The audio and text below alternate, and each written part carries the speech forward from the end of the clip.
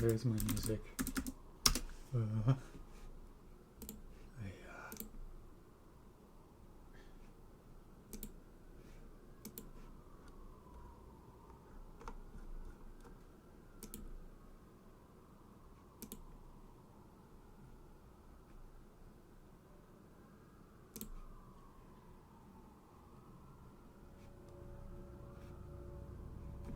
Alright. Admits. Okay. Did you make IMO this year, Evan? I guess? Like, I guess? Oh, frick, I forgot to change the stream settings from... It still says I'm playing Slay the Spire, right? What if I just play Slay the Spire instead of doing math today? Seems easier, right? Okay.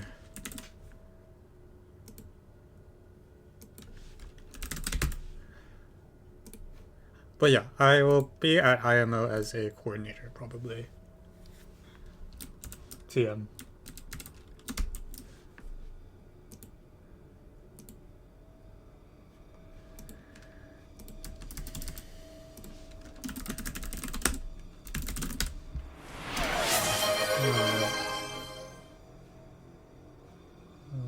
Thailand. I also haven't tried anything from this year's European Girls Contest yet. So if anyone wants to throw those at me, you can throw whatever it is you want.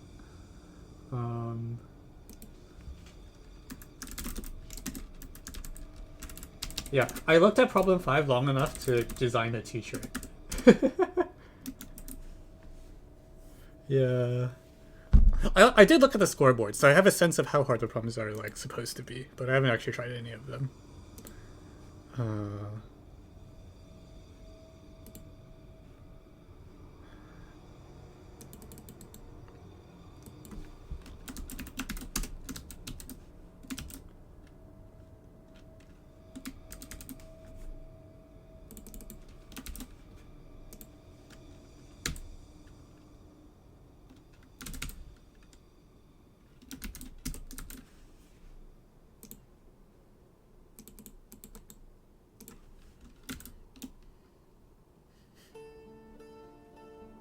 Oh my god, there's X centers. What? What is this? Huh?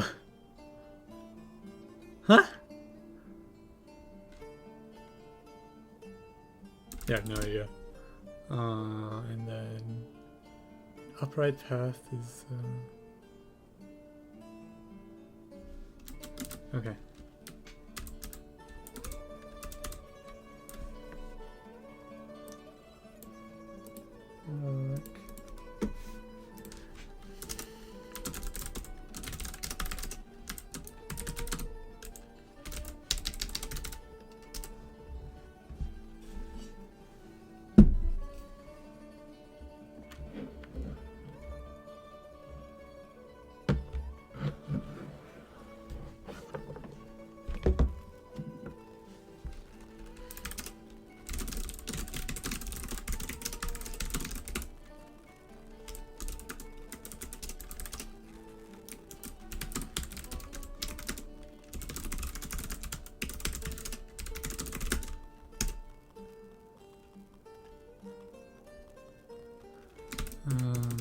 Yeah, I mean, I don't know why this is true either.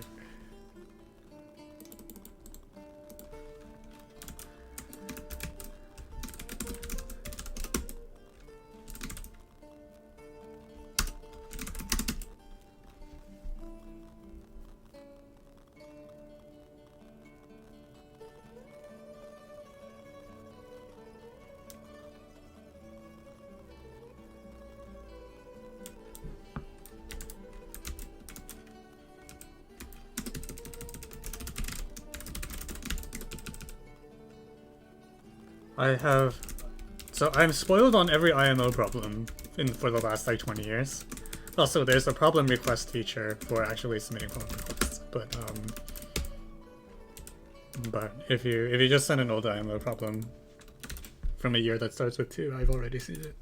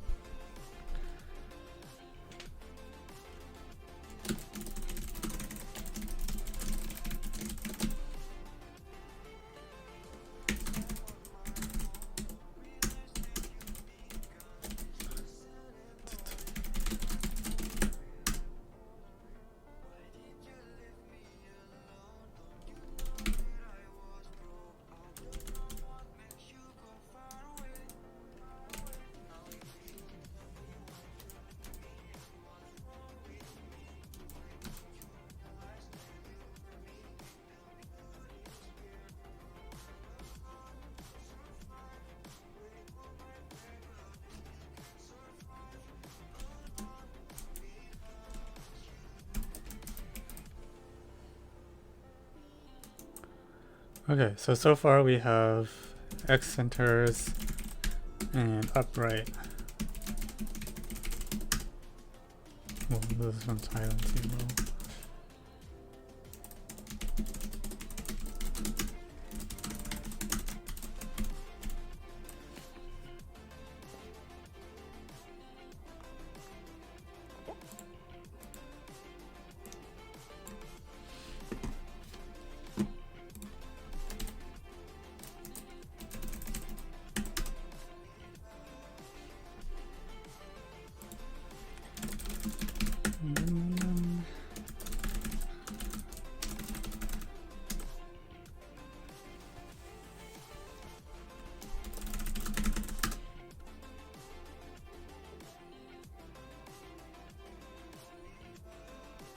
For that matter, the in-center lies inside, right? Like, I really just want to, like, if I just want all four of them to be on one side.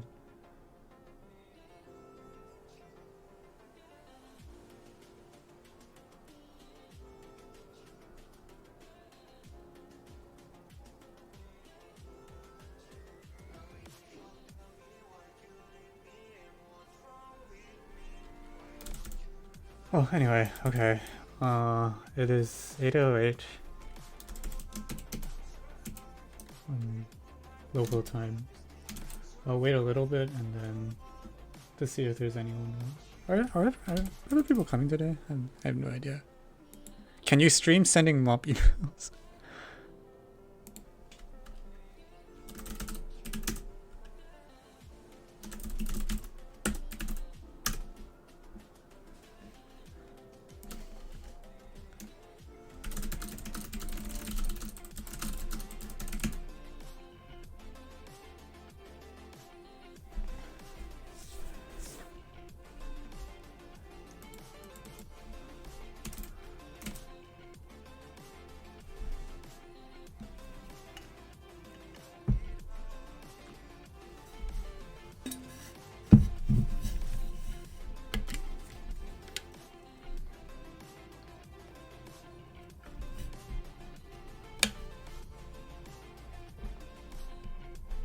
Alright.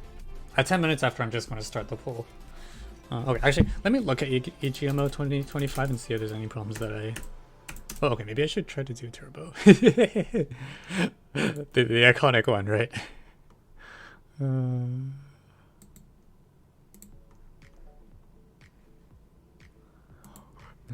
It looks like a kind of role I'm not good at, so... I'm a little concerned about that, but...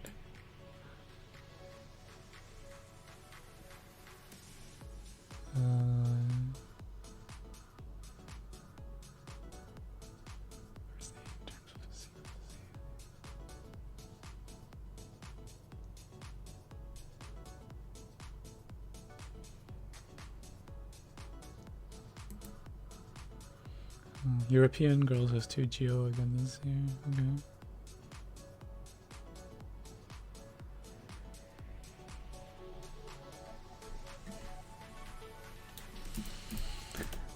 Okay. Okay, well, yeah, Turbo's iconic at this point, so if we're going to do it on for Magma, we should probably try it.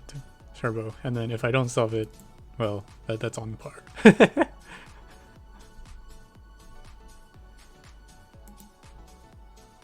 EGMO 124 can be blitzed.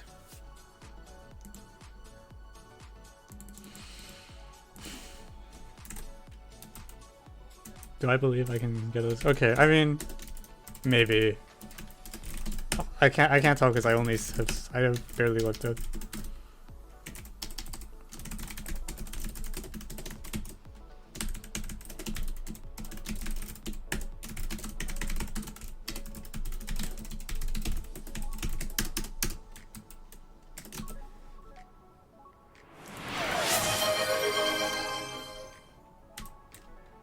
Such that AB equals DE, CD equals AF.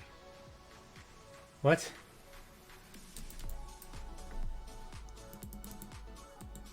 Have we done that problem before? Or something? I feel it looks super familiar, but I don't know from where.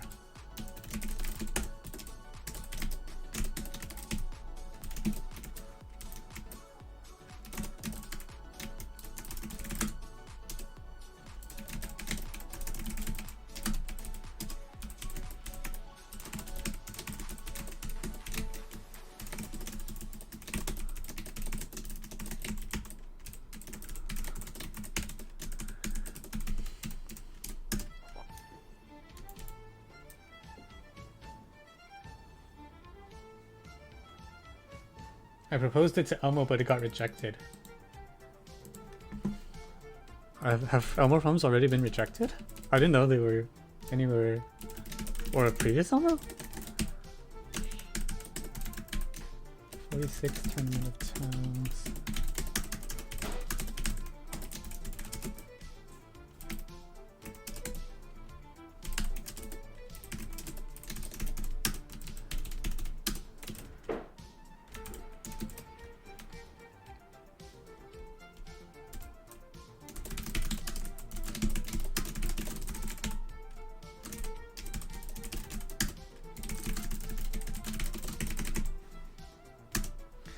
Okay, it's 13 minutes after, so we're just gonna start the poll.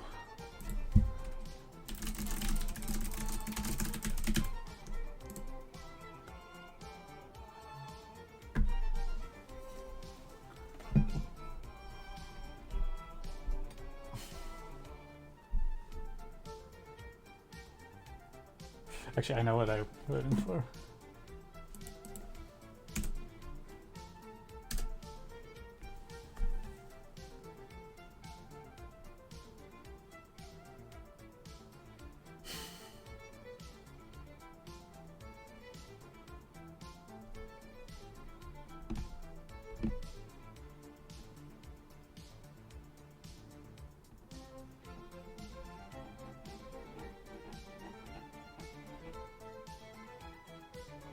Ah shit, yes. 2554. Yeah. Sorry, my bad.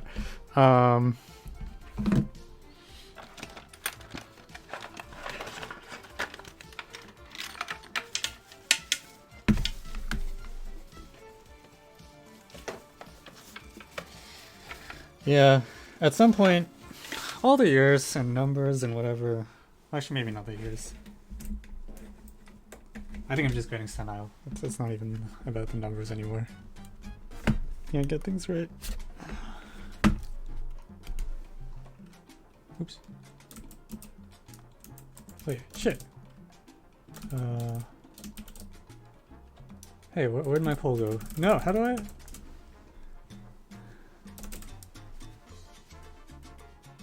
Okay, so the votes are definitely Hexagon and Turbo.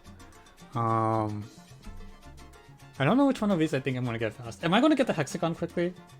Did you hear the IMO caller out? Wait, already? Okay. Turbo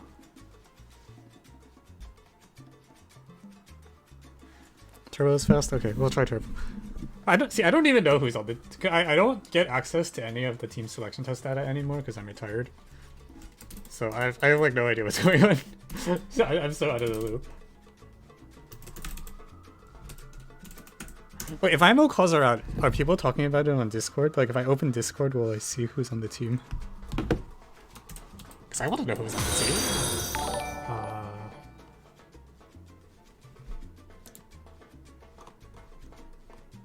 Billboard.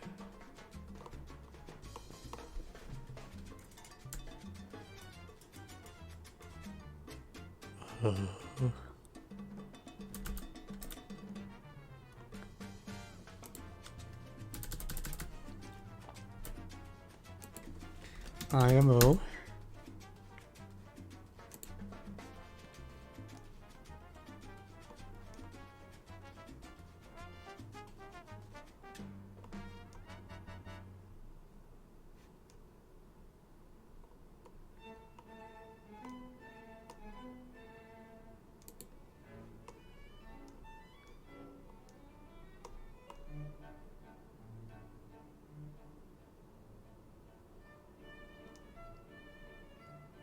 Okay. Okay. Alright. One person hasn't been identified. Okay, well, your guess is as good as mine. Like, I didn't know anyone, so... yeah. I'm so out of the loop these days. It's so weird, because it used to be everyone just assumed that I knew everything, which was kind of true for, like, several years. And now it's the opposite, where, like, I'm the last person to find out things, like the IMO team came out. Yeah. What music do you usually listen to on stream? So there's a website called Pretzel Rocks that has a free stream player, and that's just what I use because when you play stuff on stream, you can't use copyrighted music, and it's a big headache unless you find a service that specifically lets you, is copyright free. Not copyright free. I don't know what the term is. Stream safe music or something. So I just use whatever they give me. I don't bother to like pick it. It's just like, yeah, whatever it's legal to play and sounds reasonable, I'm fine with. Anyways, if you follow the Twitch chat, you'll see the now playing thing show up. So if any of the things sound really good to you, you can scroll through the chat and it'll tell you what the song is. But I don't actually pick it at all.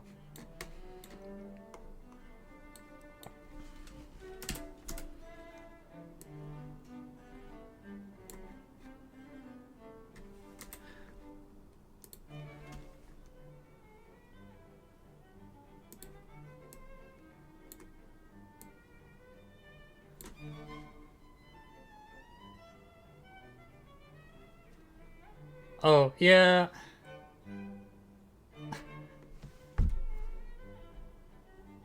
I don't think you should accept mob. I will say I do not expect mob emails to come out over the weekend.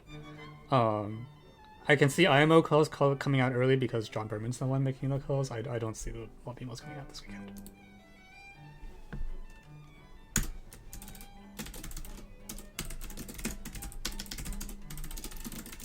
Sorry.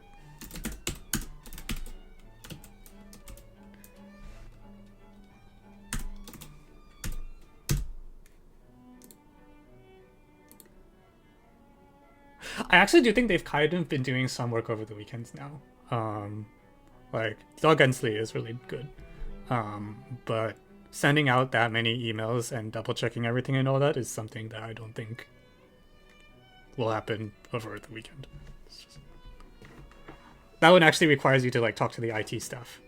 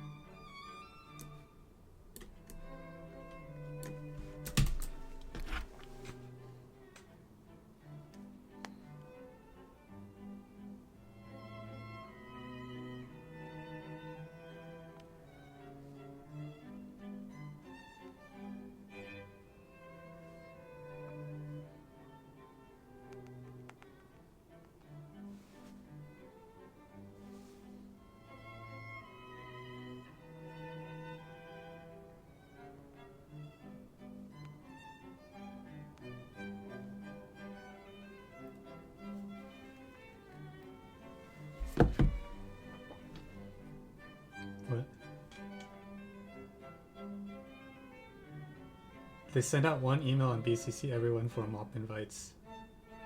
Oh, is that how it works? I have to know that.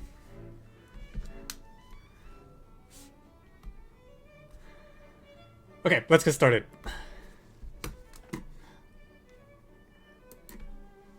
All right, welcome back. So, the snail has returned. All right, yeah. The actually, sorry. Let me.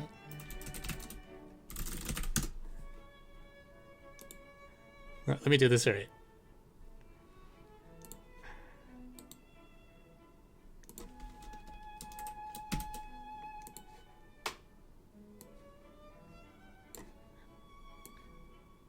Turbo is back. All right, great. Okay, so once upon a time, you have an n by n grid, and the snail starts in one of the cells and moves along the direction given by the arrows, and then every time the arrow rotates. And you want to max the number of grid cells.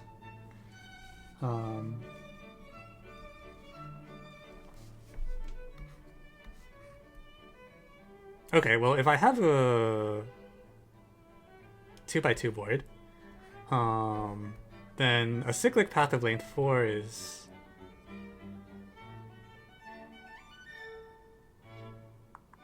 Oh, I have to think this through.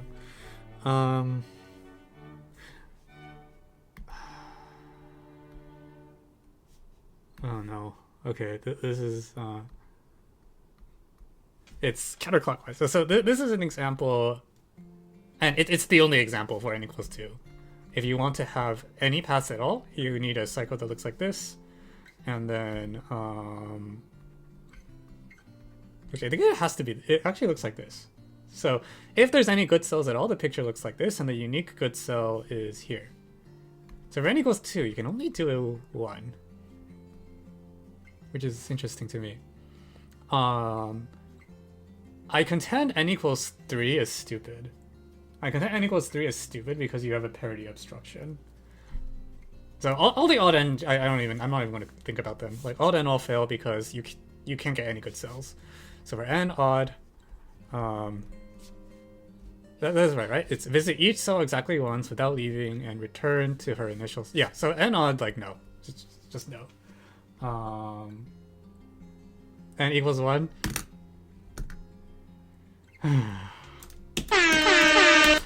N equals 1.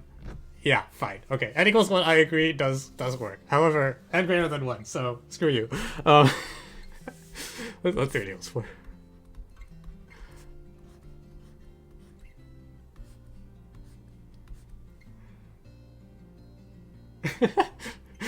Nice try.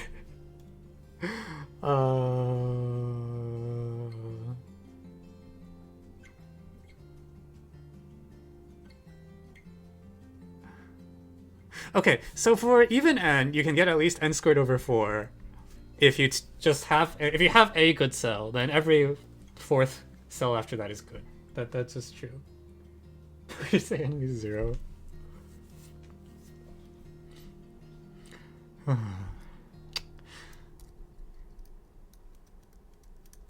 It reminds me of how in algebraic geometry, there's sometimes a person who we call the keeper of the empty set, who is the one that nitpicks every theorem to make sure that the theorem is still true for the empty set.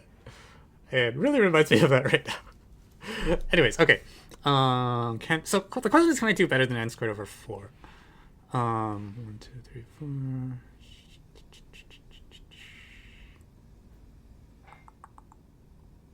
So one thing is I can checkerboard color the board. At least this, and then what happens is, so even though the arrows are rotating 90 degrees clockwise or counterclockwise, I don't really care about even that. It's just like, it's really like every 2-ish. Yeah, it's just like, it kind of flips the direction. In fact, maybe that's just better. Like, what if I just like don't think about these intermediate ones? No, that's...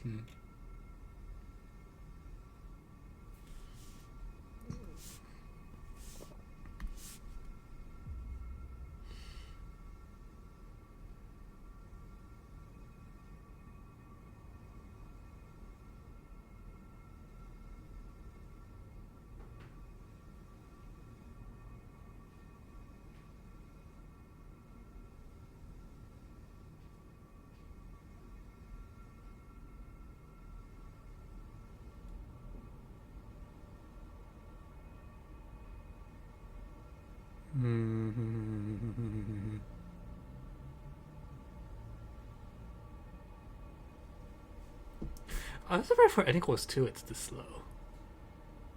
Like, I feel like I should have been able to... whatever, it's fine. Actually, okay. Actually, there might be a lot of parity obstructions. Am I a stupid person? Oh, actually, hang on. There's a lot of... The parity obstructions are really strong. Like, not only that, like, these guys and... Wait, what am I seeing? 1, 2, 3. No, I'm stupid. Never mind. Ignore what I just said.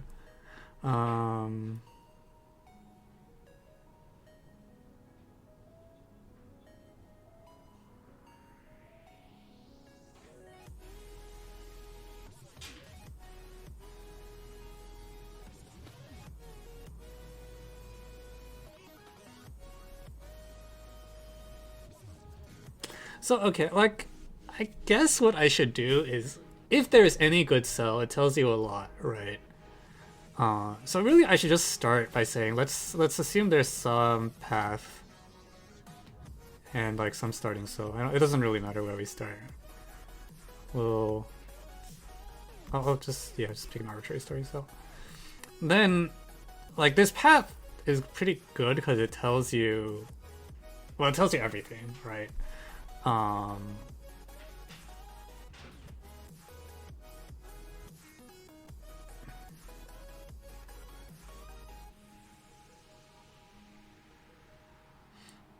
And we know that every fourth cell along such a path is okay.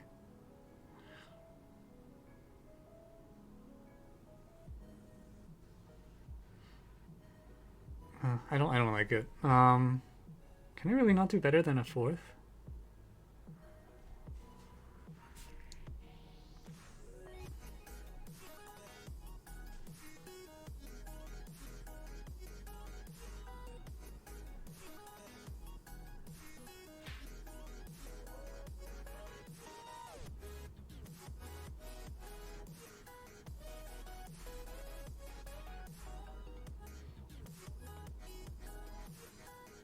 Yeah, like in an ideal world, I feel like I actually am surprised the answer is that low. Like I wanna, can I rotate? So, can I rotate a cycle and get another cycle? I guess that's a big question. Or rotates. It's not rotate like every arrow the same amount. It's like rotate in some weird demented way. I wanna say.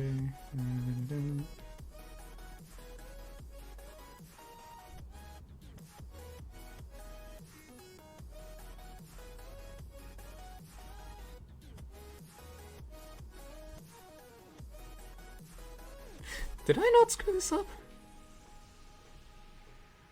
Am I a crazy person? Wait, like, can't I?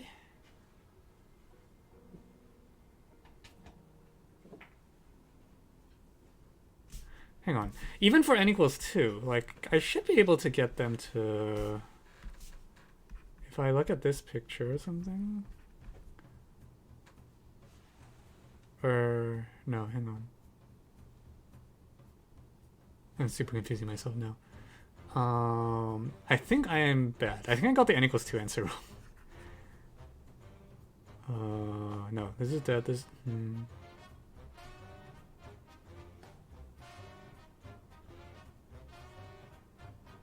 No, this is fine.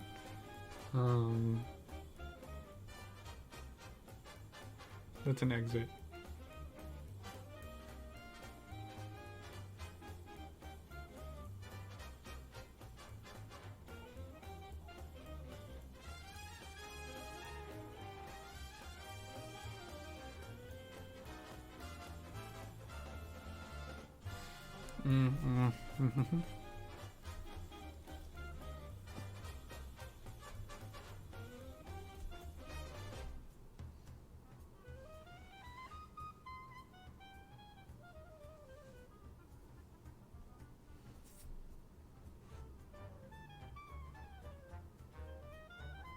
N equals 2 does UDDU. Probably. 4 just does, yeah, 1/4 just feels bad to me as an answer. If I stop from here, am I just bad at rotating arrows?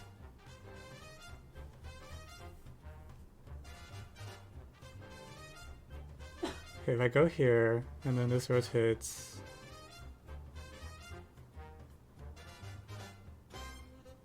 Ah, Shiba. I see. The reason I screwed up here is because they're counterclockwise and clockwise are not symmetric. So I tried to do... There's actually 2 different cycles that you can have on an n equals 2 board. That's why I got so confused.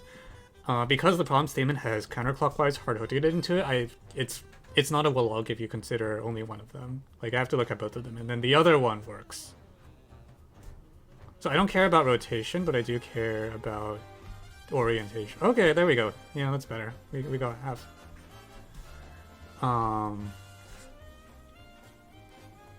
So if I start here, yeah, this works. But also if I start,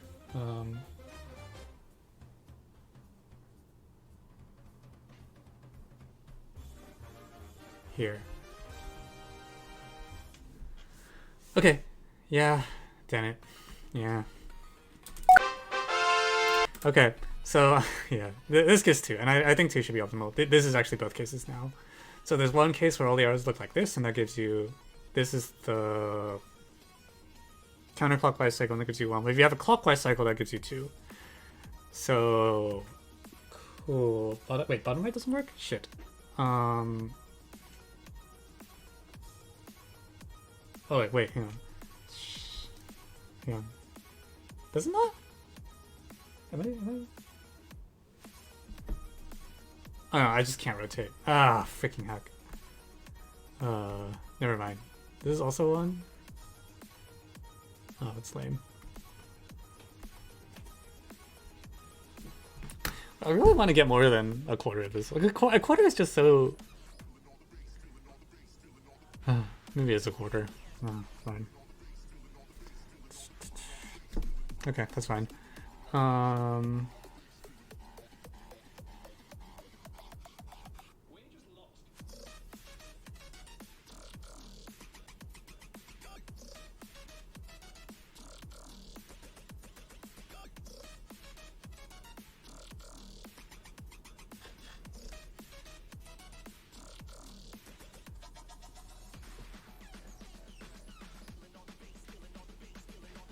I don't remember what happened in Zip 1 anymore. Oh, that was the disco party. Right. Yeah, it is true that if the answer is a quarter, then in fact the number of good souls is always exactly 0 and squared over 4.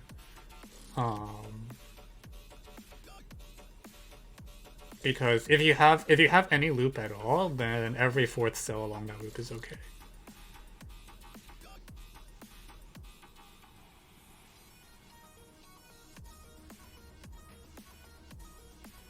Which I would kind of believe.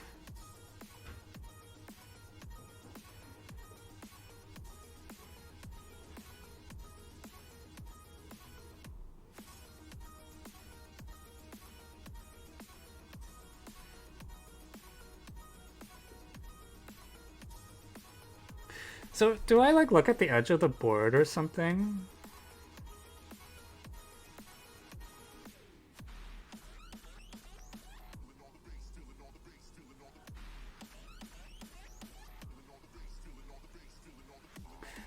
Or at least like if I look at the corner cell, yeah,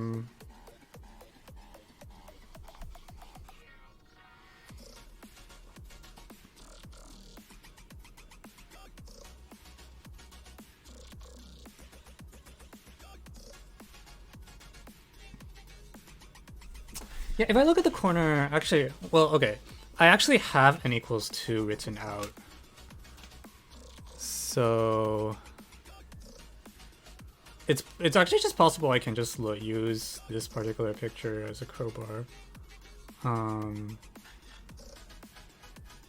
Right, because depending on where you're starting cell... No, it's not quite that good.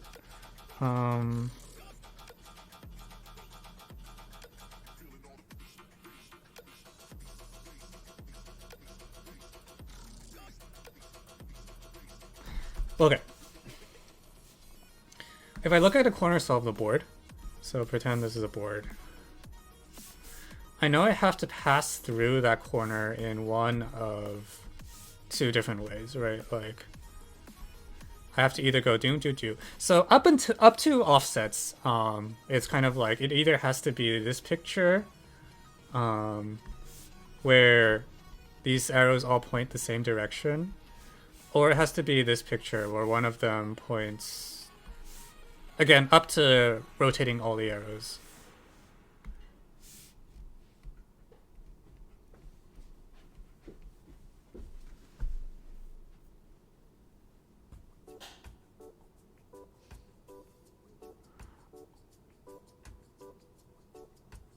Right.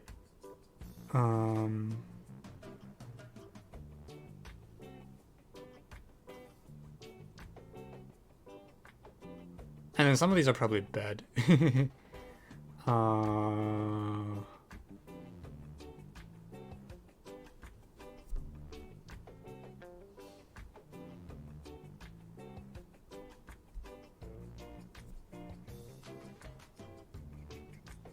Any board position has at most one way through the corner. Wait, does that just work? Wait, that feels so weird to me.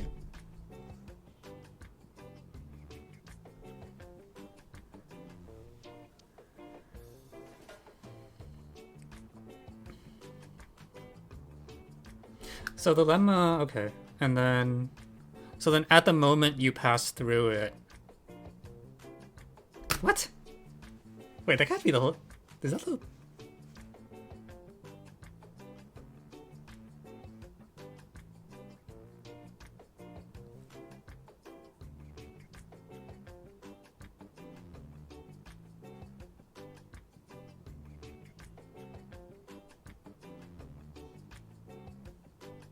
Like, the point is that, so from the, you look at the board, okay?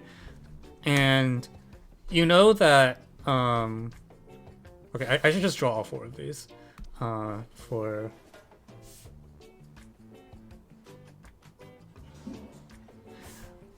Like, you know the board is either this or like the 3 other cases, or this or the other 3 cases, right? It's like this thing, this situation, I don't know what you call it.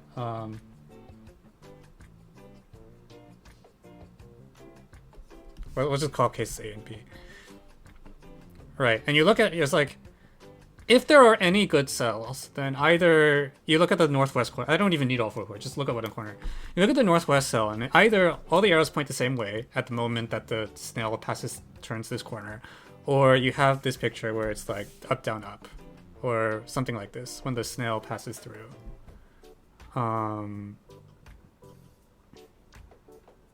At the moment, I should do it the moment the snail passes through, so really I should draw this one as down, up, down.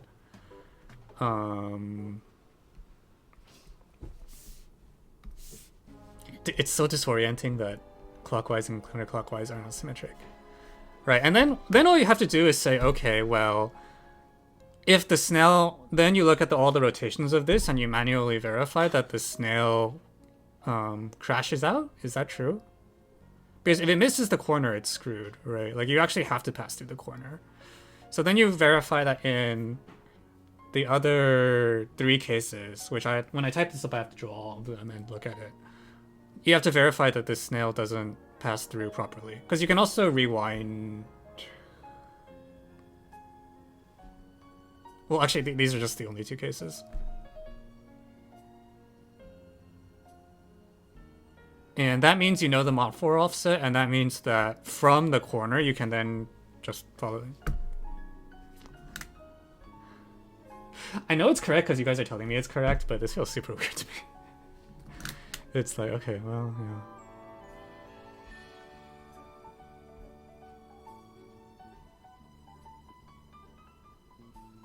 I think if I was a contestant right now, I would switch to problem 6 for a little bit, assuming I had solved 4 already, and then come back to this and like really double check it's right, because this feels dubious. But okay, yeah, I mean that is.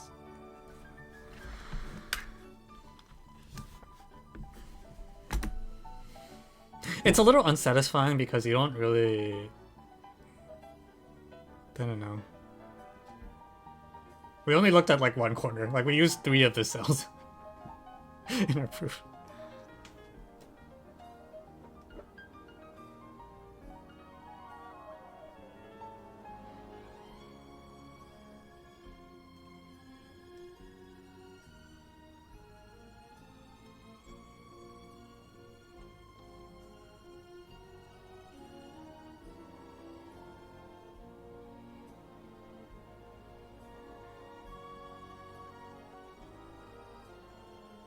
Okay, yeah, no, this should be fine.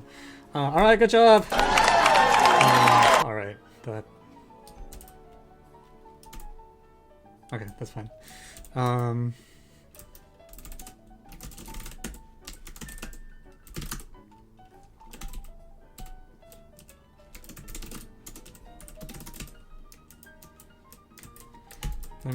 Let me try to write this up properly. 20, 25, 5.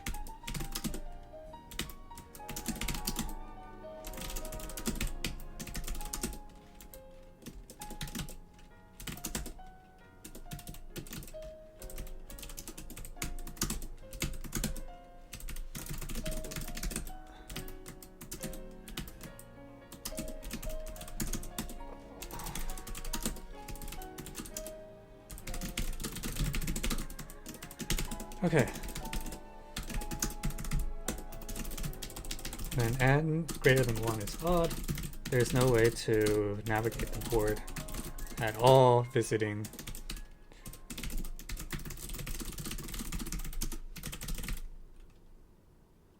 At all.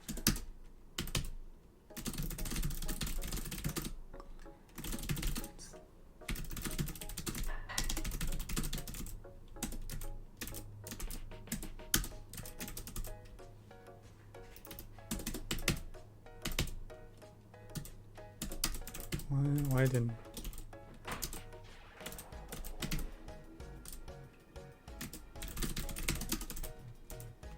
What's wrong with my previewer? Hello?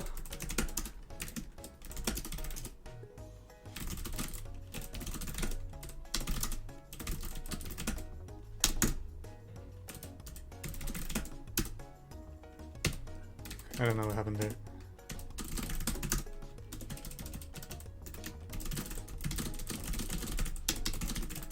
For even n, we claim that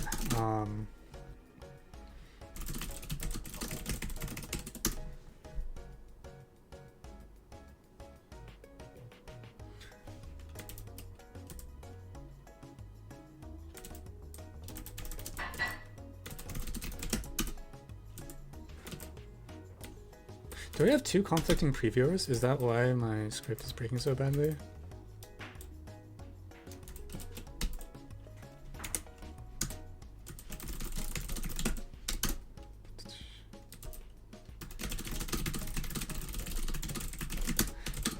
The number, if there are any good cells at all, then exactly n squared over 4 good cells. So maximum is totally a red herring. Like, they could have just asked what are the possible numbers of good cells. Maximum is just like, well.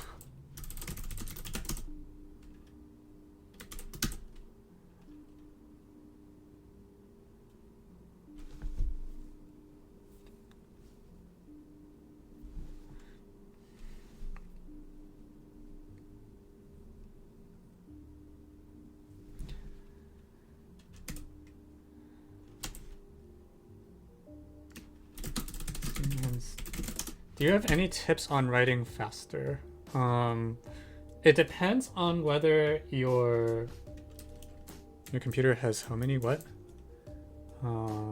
Yes, I have 48 gigabytes of memory and I don't know how much RAM.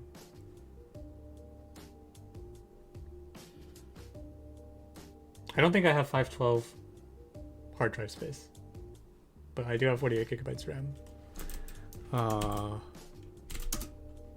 Oh, I see. You were looking at the Archie. Yeah, it's slightly less than 512. That's my computer. If you're talking about during a competition, that's tough.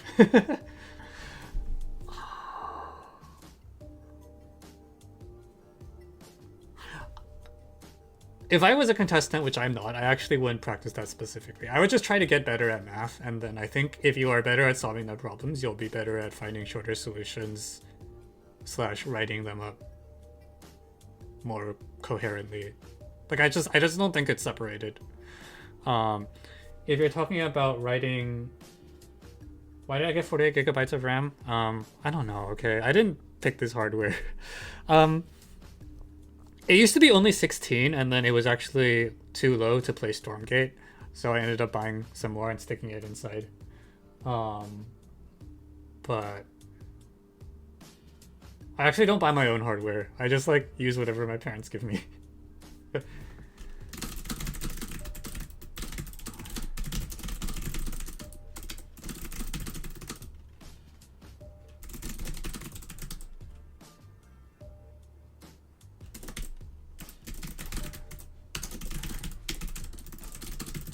It's easy to see.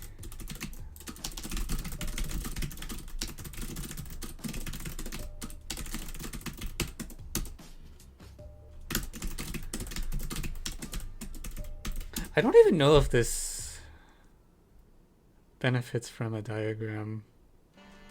Or, okay, I need a diagram for this thing. Like, do I even bother drawing this? I was surprised they didn't use the parity idea. Like, I thought I was going to use the fact that, you know, you can black, white, color, checkerboard, and then, like, that means some of them only face horizontal, some of them only vertical.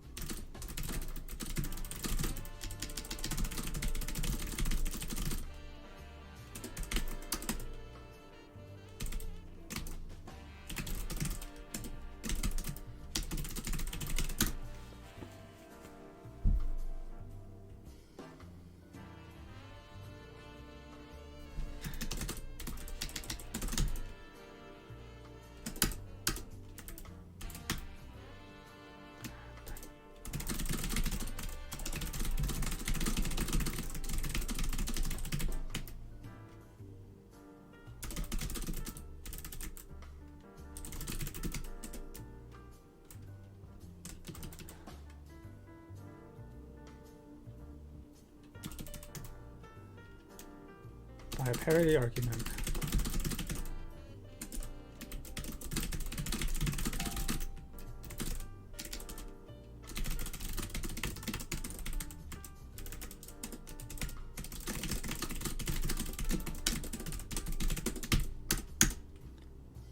Which we illustrate below. So one of them I type like, okay, get this right. Up, down, up, right?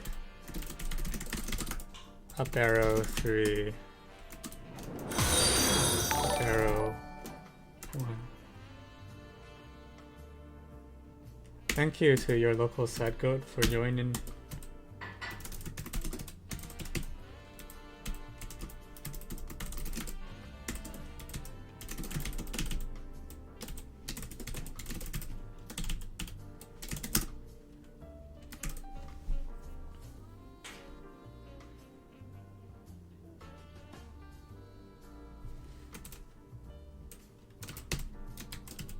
Yeah, I think I have two conflicting compilers. As for writing faster, if you're in an actual situation, meaning like you're writing something that isn't homework, that for that experience does help a lot. I also think having good workflows helps a lot. Like I've optimized my editor a ton. It's not that important, but it's certainly nice.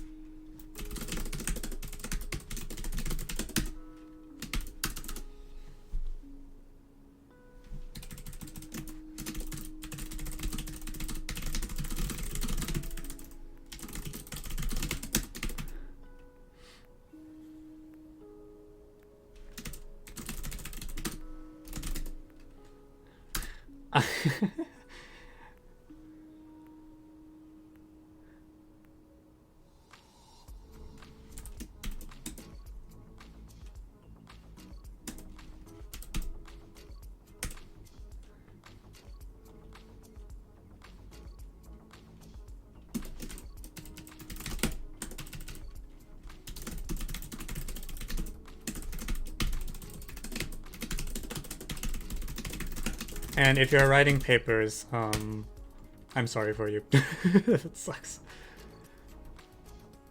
Why can't the first config have 3 as left? What?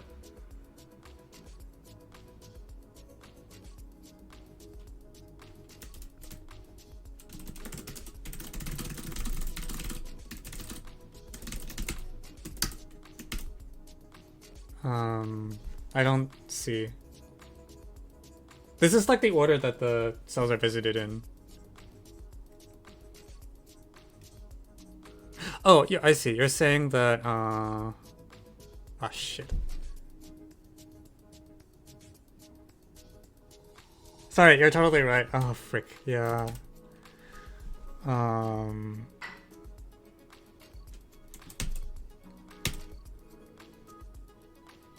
Alright, I was looking at the n equals 2 where it has to go down. That's not the case. Sorry, 4. Oh, yeah, I was like, this seems a little too infantile. Okay, yeah, I'm... Oh, God. This is what happens when you get old.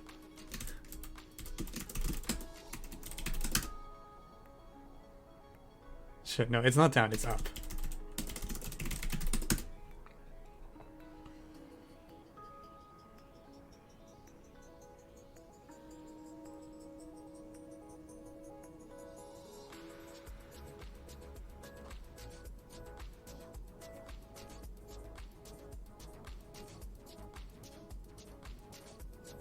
Yeah.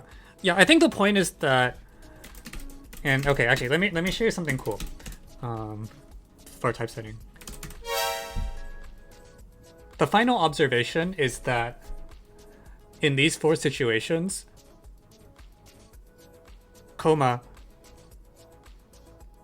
none of the boards are rotations of each other, period. That means from a given starting board, there is at most one of the 4 rotations that could possibly lead to a valid cycle, and by looking at the corner, that cycle is uniquely determined, period. In other words, for any board there is at most one possible Hamiltonian cycle that could work.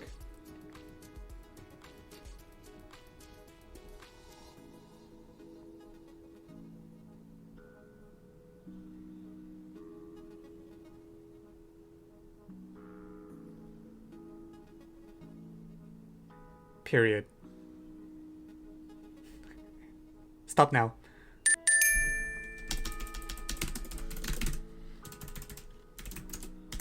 I really don't like the way I worded this.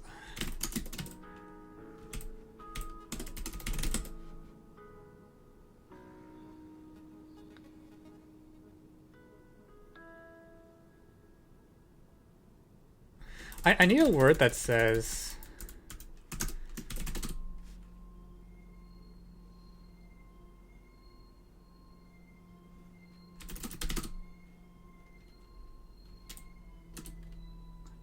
yeah, I think the problem is that this particular dictation software, the word comma sounds a lot like a bunch of other things, like calmer or like comms or something. So I hard-coded it so that coma, which is a word that I never use when typing math, replaces comma. Or...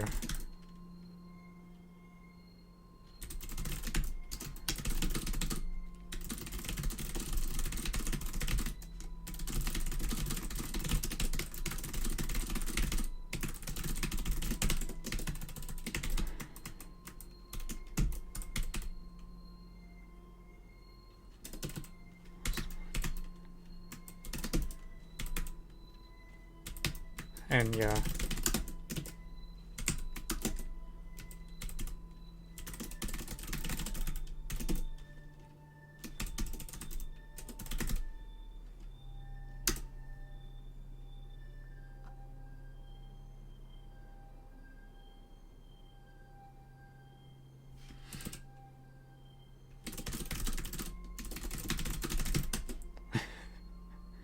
One Hamiltonian cycle.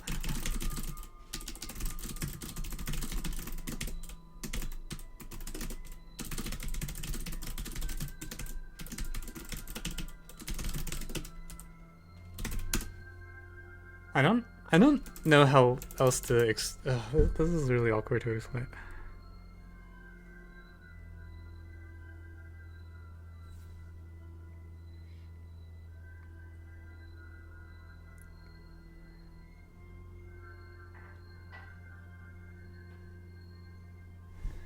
I think the sentence I want to say is the following. Moreover, comma, once we know which of the 4 shapes in the claim applies comma, we can recover new line.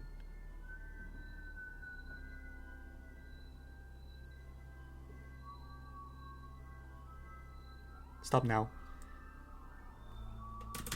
It's not also not what I want to say. Well, what am I trying to say? I'm trying to say that if I take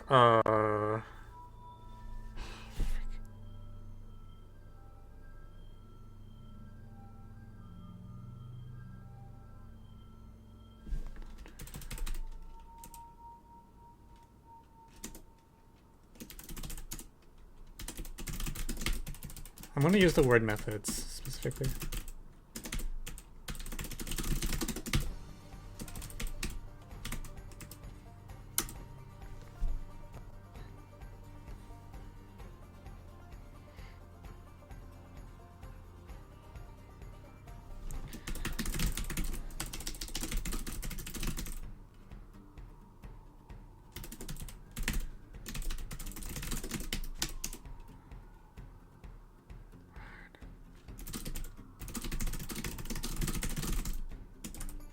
Time modulo 4.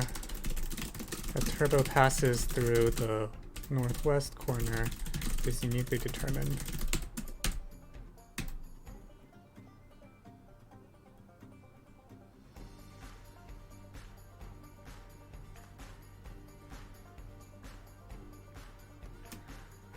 Yeah, okay, this is why I said that this feels wrong. It's like the logic is so non-intuitive here. Then, by simply tracing out Turbo's trajectory, the entire Hamiltonian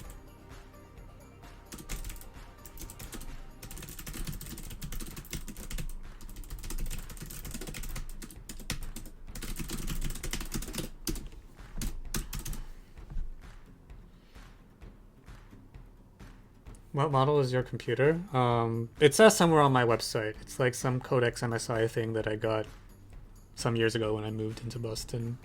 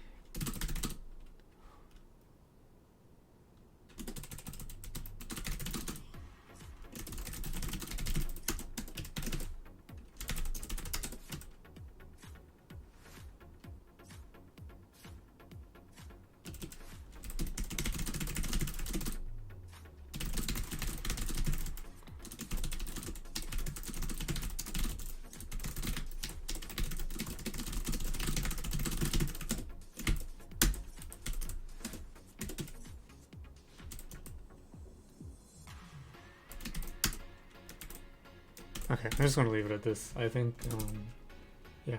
Do you have any new ideas for Otis 11? It depends on your definition of new idea, but probably yes.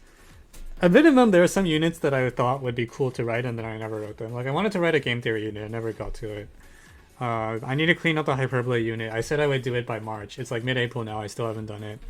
But also, I'm trying to think about, like, I think Otis is at a point where, like, I don't have new ideas anymore, so I need to start bringing in people other than me to help run it. Because otherwise, it's just not going to have big new ideas. When are we getting Super Hexagon unit? I don't know what that means.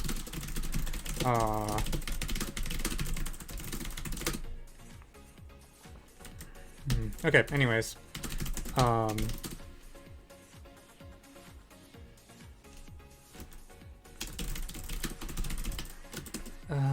don't know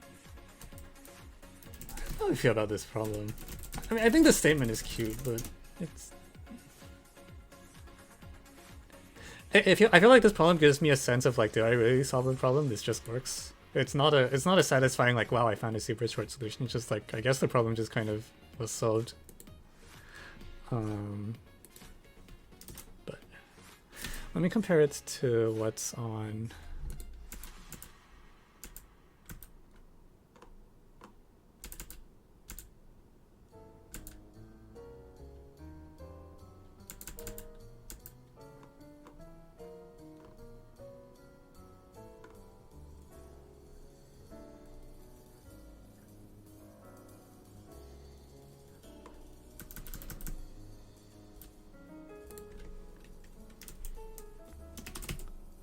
Okay.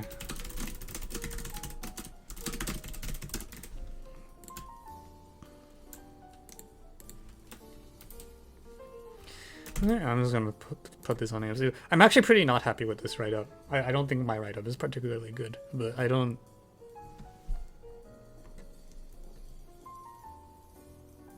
I think my write-up's not good because the logic is not intuitive, and so I'm just doing a bad job of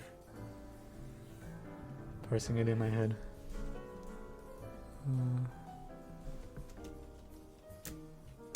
Okay, well, for those of you on YouTube, thank you for tuning in.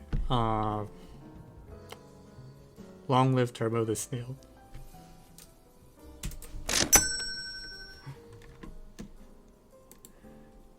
Alright, okay, we're supposed to use the hexagon next, right?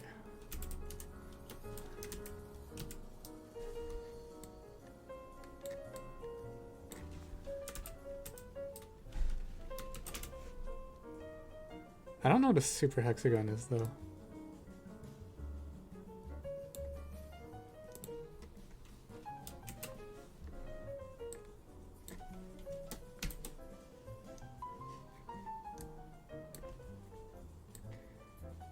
Do you have any plans for writing new combo units? I do not have any... No, I don't think I have any new ideas off my head that I'm excited about.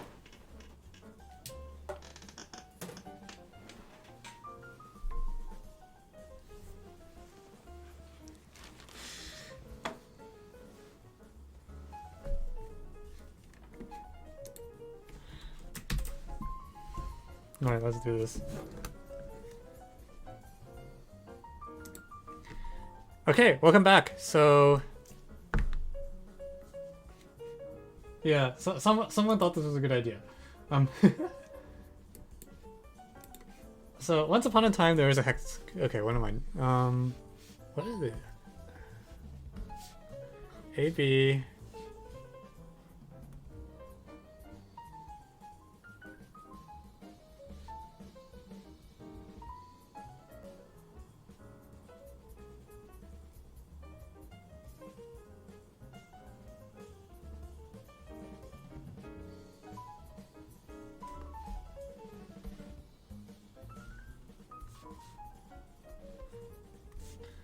So there's a big class of polygons that satisfy this, where what I do is I make the opposite sides parallel as well.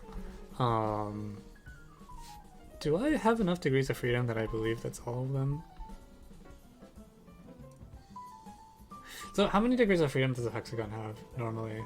Like, oh frig, I always get this wrong. 9. And then we have 1, 2, 3, 4 constraints. So that's 5. How many degrees of freedom are there for this stupid thing I drew? 1, 2, 3. Well, what do you know? Also 5.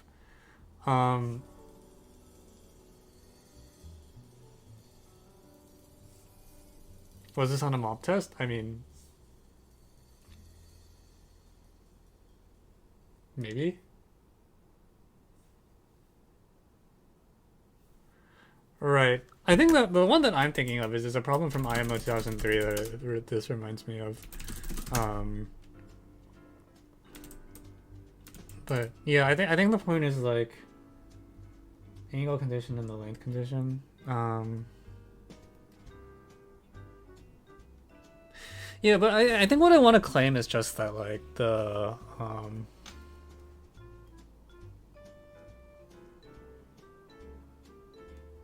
like I think the only hexagons like so the number of degrees of freedom from the problem statement is 9 minus 4 equals 5. And then I've also described a class of hexagons where I just make all the opposite sides parallel so that it closes up. And then the angle condition is automatically true. So such a hexagon is uniquely determined by ABCD. And there's also 5 degrees of freedom. So really, I think what I should be doing is just like, okay, why don't I just start with ABCD? And then, you know, there's kind of this, like I want the opposite sides to be parallel so it closes up, and then there's one more angle condition.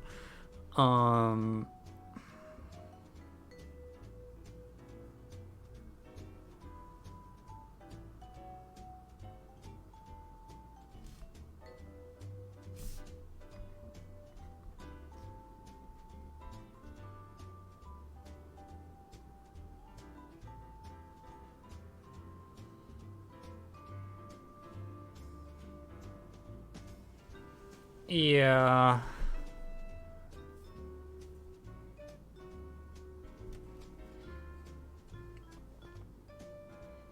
Can you make a problem request now? You can, but unless it's super exciting, I probably won't do it. Usually I prioritize the ones that get vetted on at the start. You can try. I mean, worst case is I don't take it.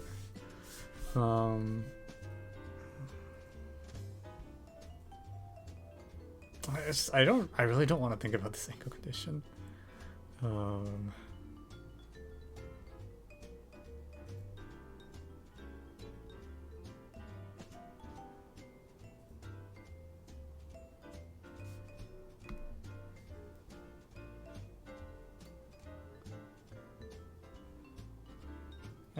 Okay, you want to do...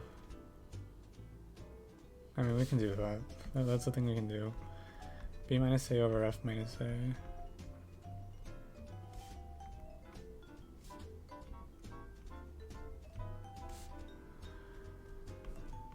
Minus C, minus E, minus E. B, D, B, F.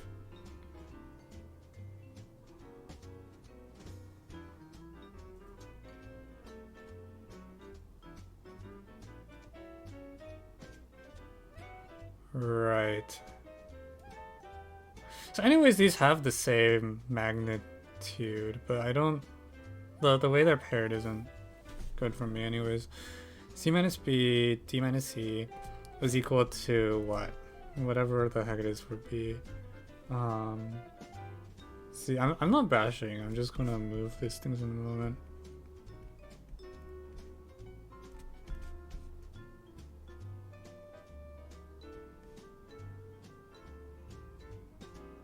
Wait, why are these the same number?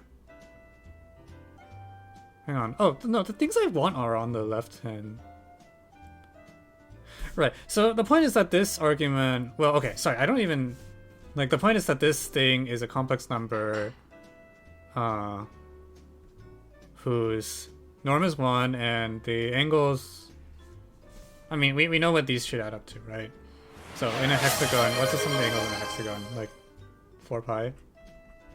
So this is supposed to be some positive real number. But I can also regroup it so that it's like this thing So it's the net effect is that it boils down to saying that these three complex numbers, which are on the unit circle, so like b minus a over d minus e. Oh, so maybe I was wrong.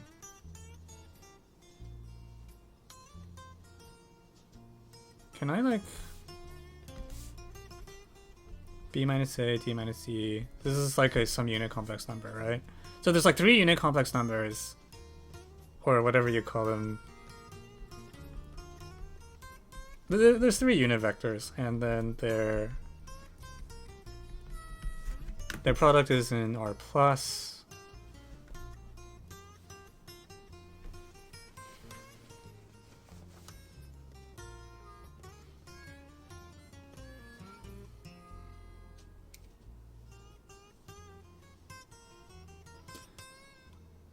I wonder if I actually care whether the hex... Like, I feel this statement might be false for a non-convex hexagon, but I won't dwell too much on that. So it'd be great if these three were all 1. I doubt they're all 1.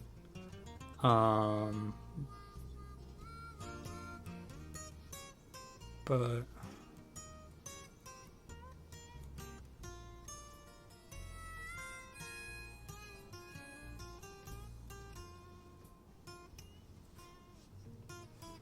yeah, I agree the product is 1. In an ideal world, I want each number to individually be 1 as well. I don't think I'm quite that lucky.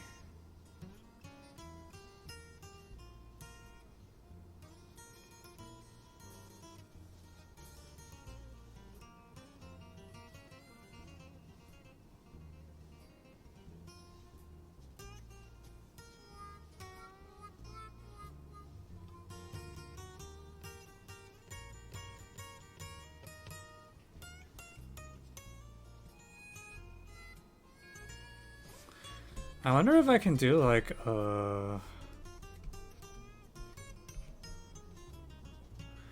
dude, what if I do that stupid inequality substitution with UVW?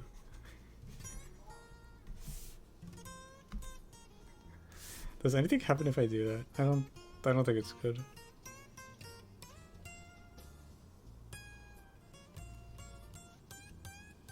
Oh, I see. Yeah, you're right. Yeah, the product should be exactly 1. Okay, but if this condition...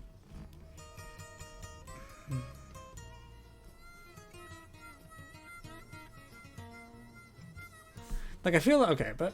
Like, also because I think that this should force each of the numbers to individually be either 1 or something close to it. Like, this is information, because it's actually like each of these individual things is 1.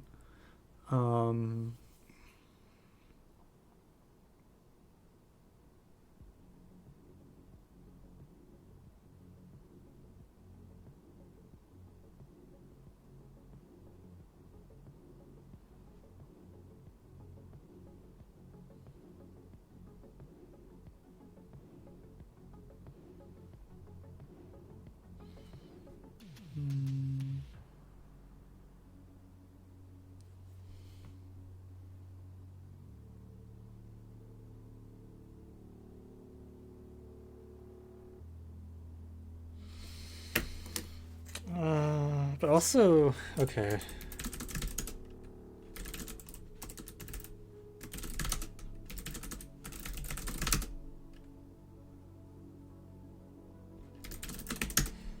This is what?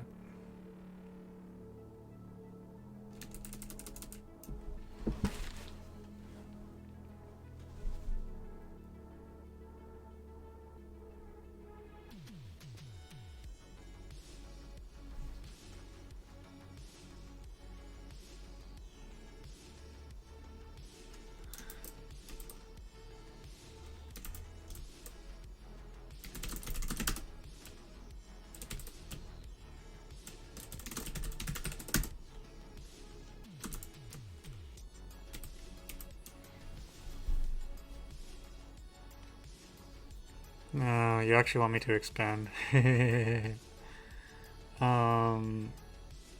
I agree. Sometimes cancel.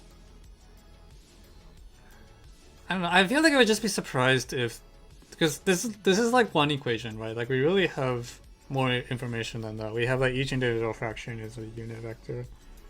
And potatoes vehemently objects. But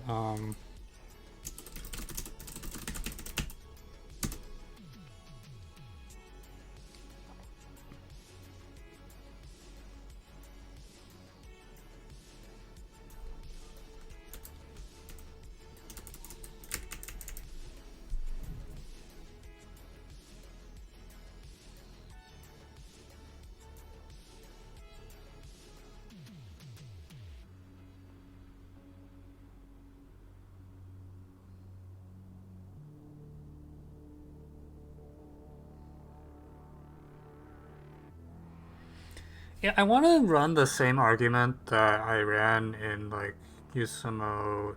Like if A, B, and D, E were not if all these things were not parallel, um, there's like a phantom hexagon argument that that I read in USUMO 2011 a long time ago, where if let's say we define X as like AB plus DE or ED or whatever. Or let's say like in the, I don't know how to write this. And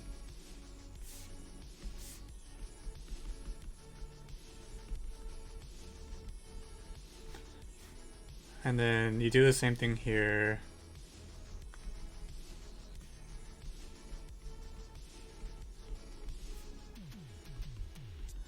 So what happens is in the given hexagon, the problem condition comes down to saying that AB times X plus BC times Y plus CD times Z is equal to 0. But then what you can do is you can generate a new hexagon, like just starting with ABCD. Like you generate a phantom one here, A prime, B prime, or whatever, with the same lengths, and then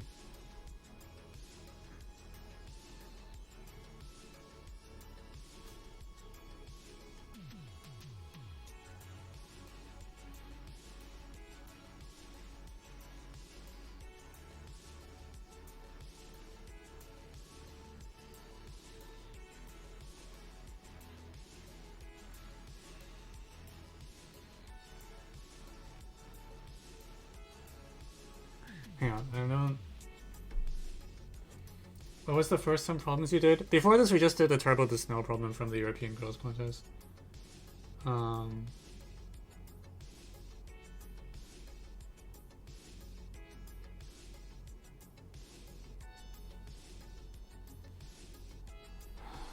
does this argument go?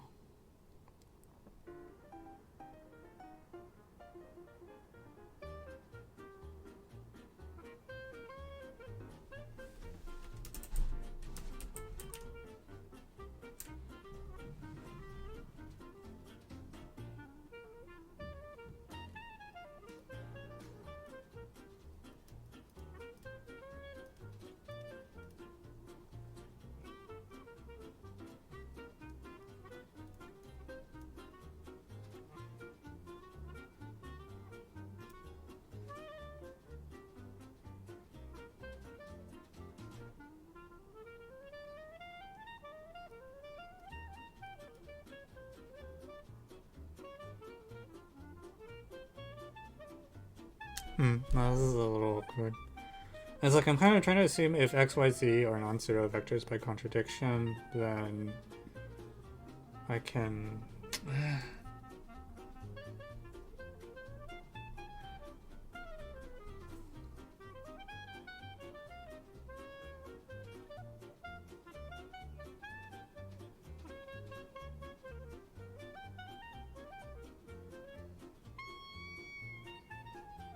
I feel like I'm not fixing the right thing, so.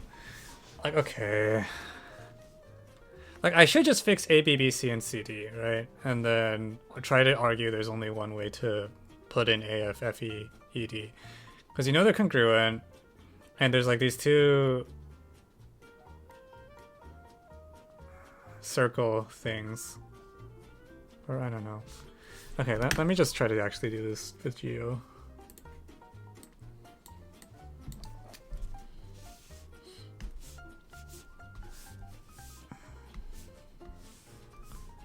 So here A, B, B, C, C, D, right?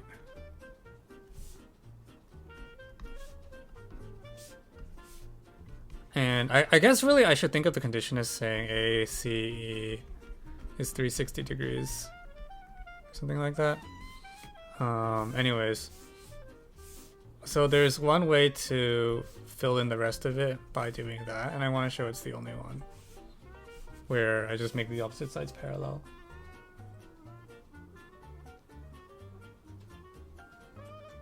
A 2-year-old could solve this problem if given it in a specific context. What?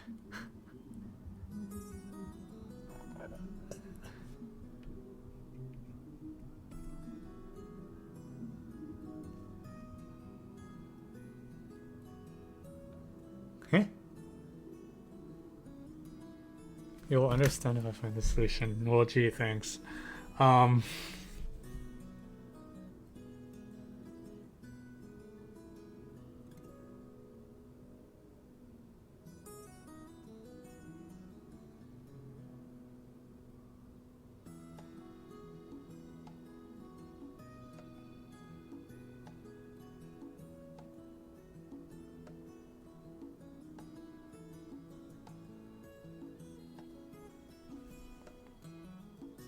A monkey given a knife could also solve this problem. I don't know what you're talking about.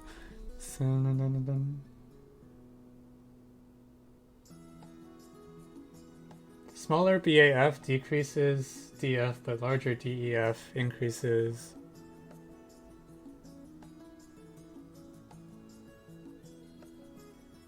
I hate smoothing.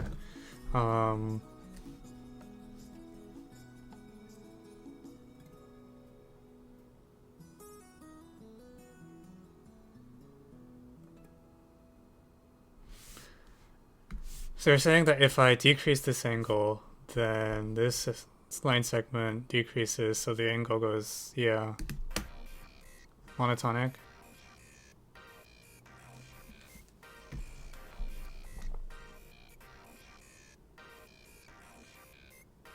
This works, but it's sad. No, but it totally works.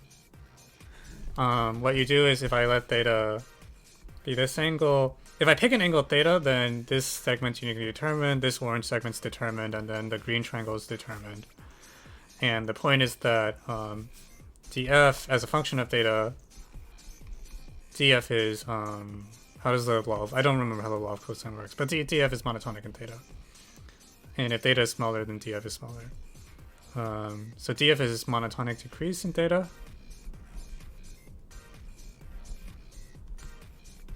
And if I call, let's call this angle alpha. For the same reason, alpha is monotonic decreasing in the df.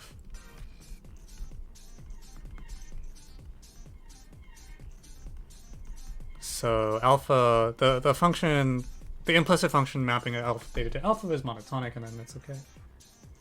Oh right, sorry, I moved the problem statement.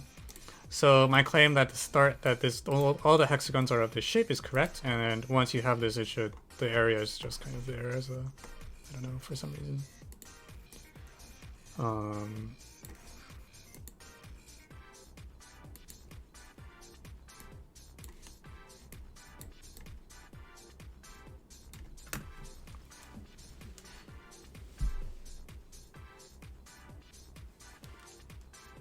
Yeah, I mean, well, okay, the triangles are literally just congruent. Like, forget areas, like they're literally the same triangle.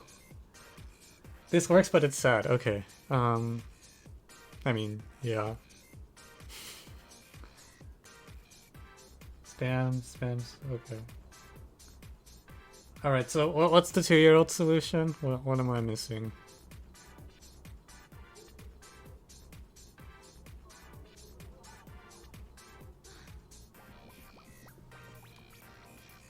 cut it into pieces. What?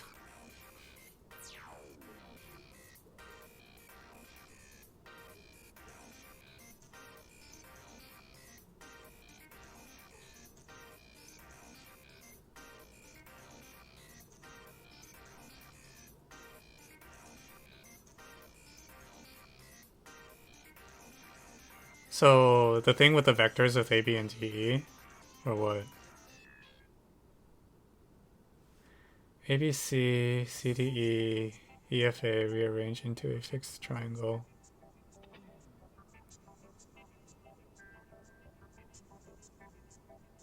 Oh, I understand.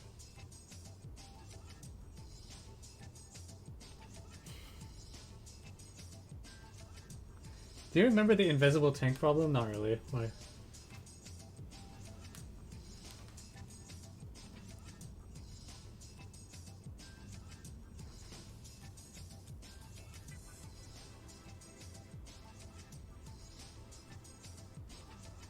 Okay, well anyways. Do I want to write this up? Honestly, when am I going to finally... Like, I have 3 problems on the write-up back burner for the last, like, 5 months. I barely even remember. It was like, there was Minesweeper, there was the Mexico Dodecagon problem, and there was the Elmo problem. Which I still haven't written up. It's been, like, freaking forever.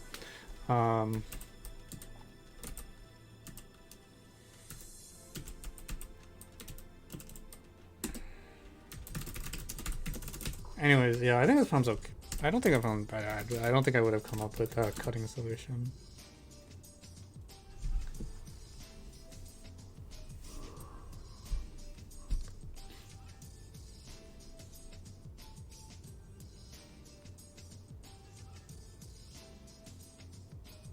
Okay, anyways.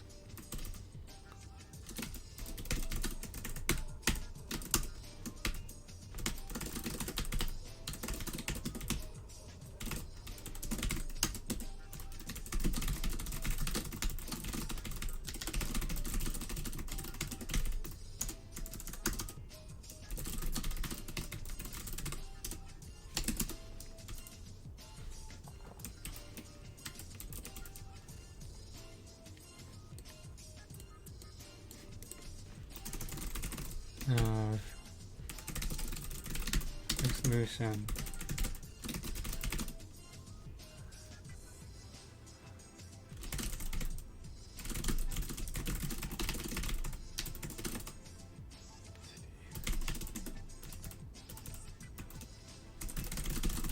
I'm gonna add the word convex because otherwise it's not clear what the angles are referring to.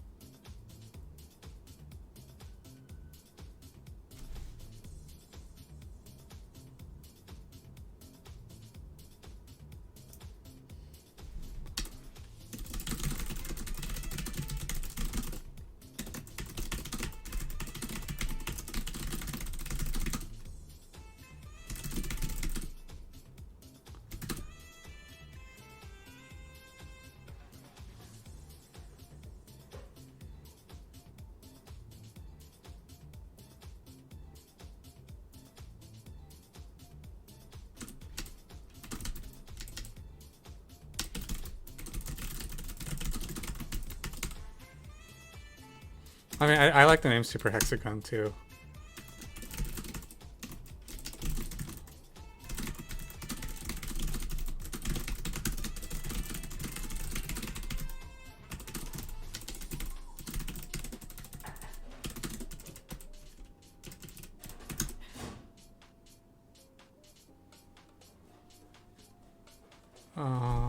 Drawing the diagram for this seems annoying.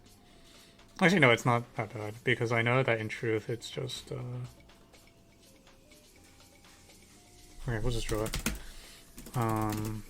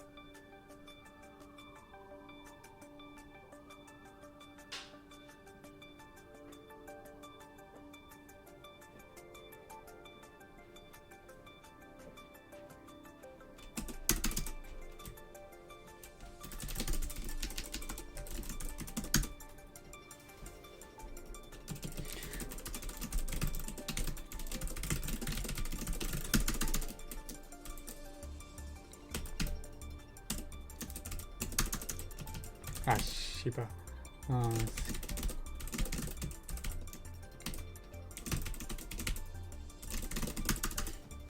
Wow, I'm really bad at.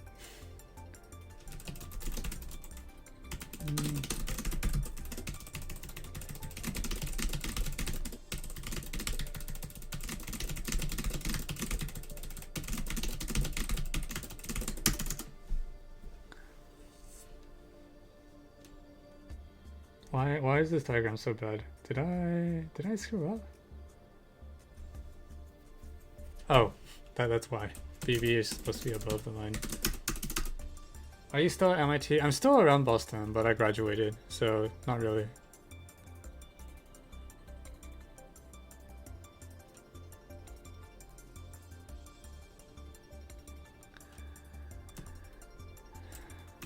Hair, oh.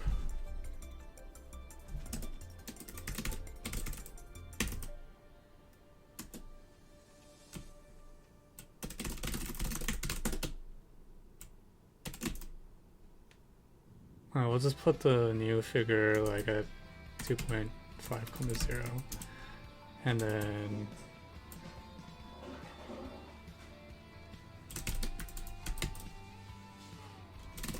translate. So we want to move O to B.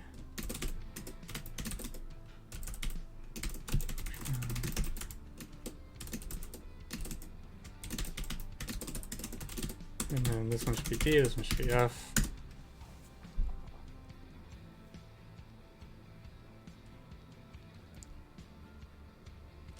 Maybe I can make B a little higher up so that that triangle is a little less narrow. Did my code not compile? Or did I screw up? Oh, it's not translate, it's shift.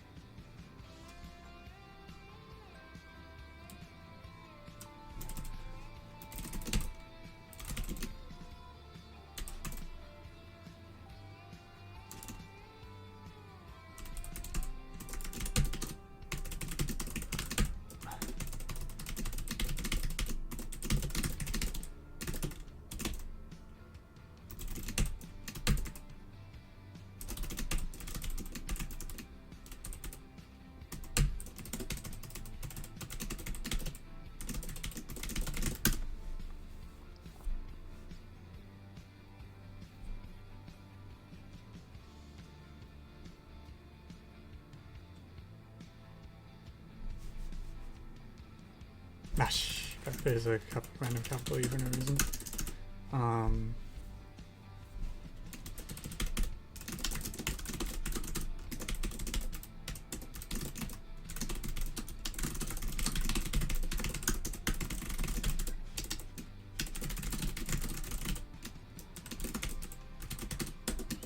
So we will show that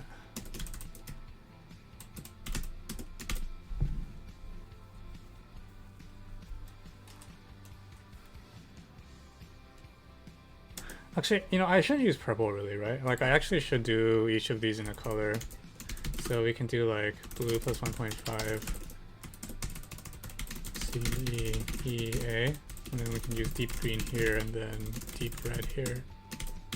Or just red is fine. And then here, blue, deep green.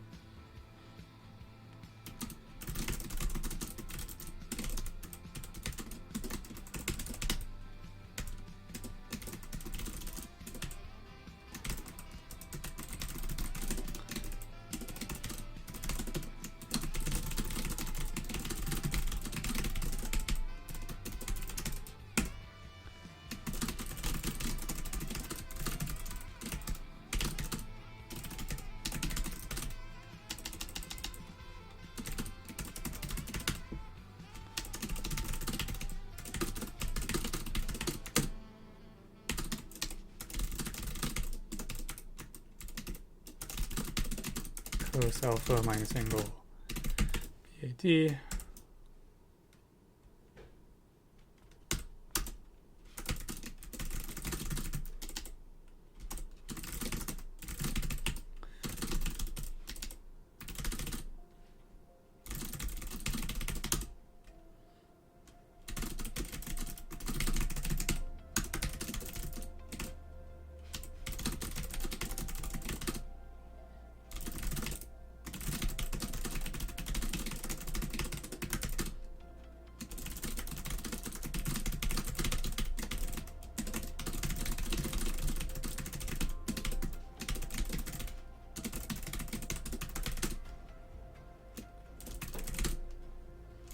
The special hexagon described above works fine.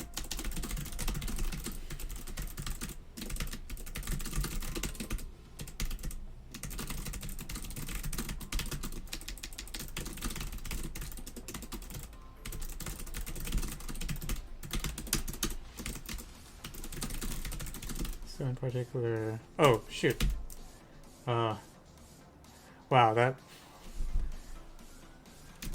I forgot to change the screen to desktop view. Well, I'm almost done typing the solution up, so it's fine.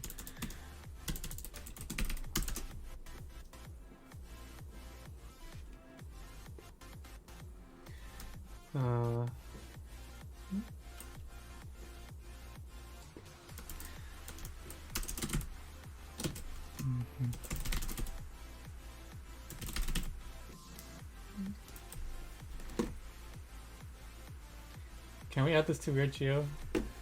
I think that makes sense. Yeah, this could be in weird geo.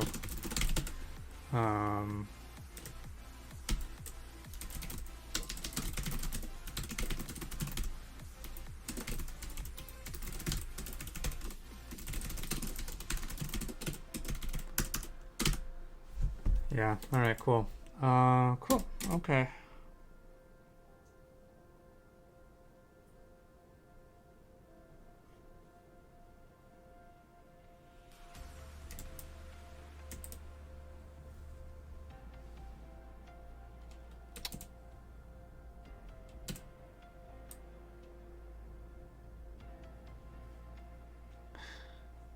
Maybe I should just try ECMO 3.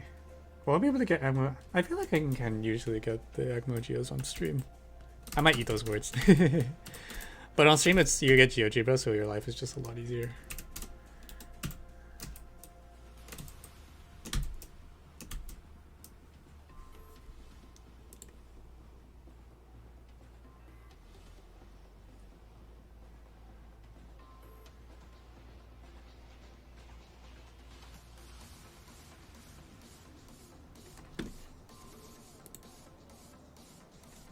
Yeah, I'm gonna take a track at the ECMO 3 geo.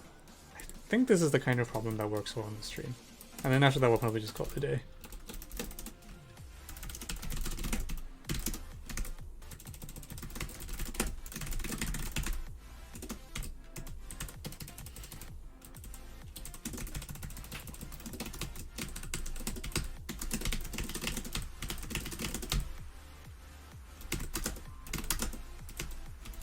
And of course, we're spelling orthocenter with R as the last letter.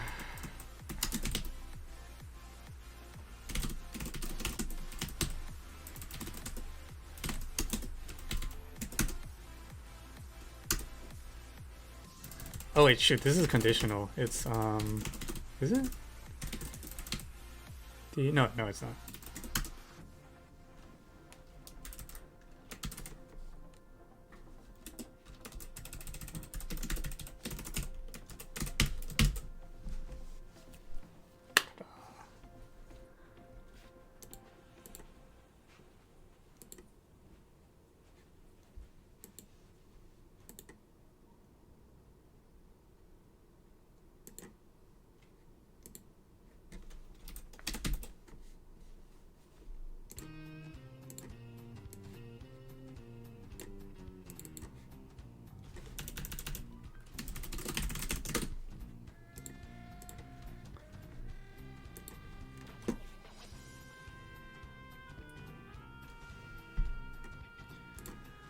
All right, welcome back. We have, oh my god, PQNM is not formatted right. Okay, I need to fix that. Dollar signs in math mode. Bane my existence.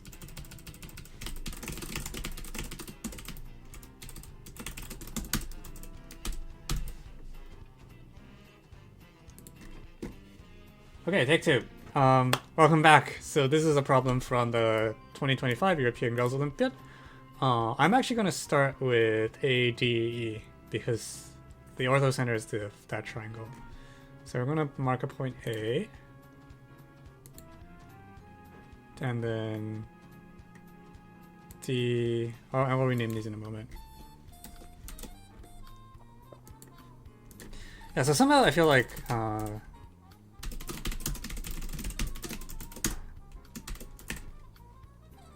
we'll find out. Okay, so here's B, and we'll reflect as well E, and H is the triangle center. D, E. What? And then M and N are the midpoint. Yeah, so it's something like ADE as kind of like the quote-unquote main triangle, whatever that means. Like, I feel like B and C should be thought of as like things that stuck out of it. We'll let M be the midpoint of AD, N be the midpoint of AE.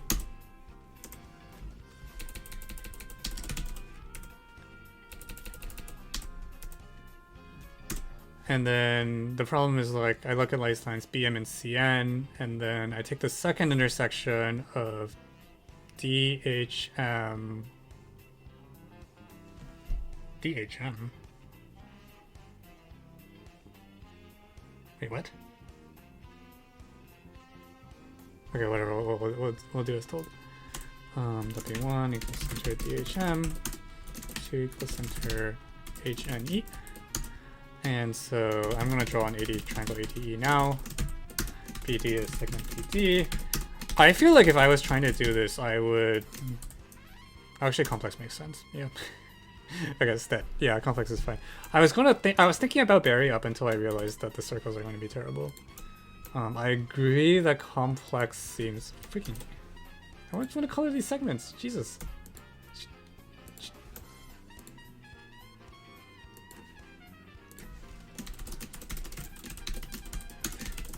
BM, CN, right?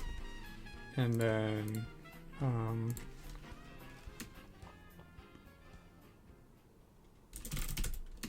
so anyways, this is P. So P will be the reflection of B across, M across the center of the circle. Sorry, the perpendicular line.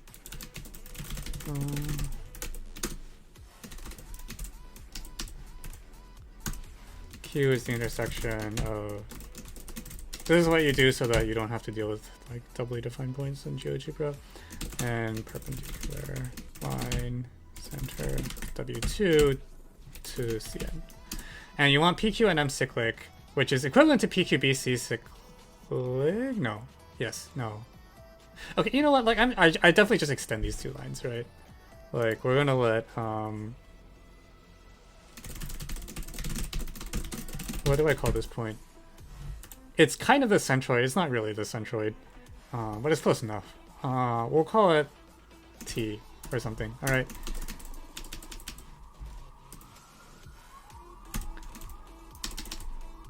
And then this can be.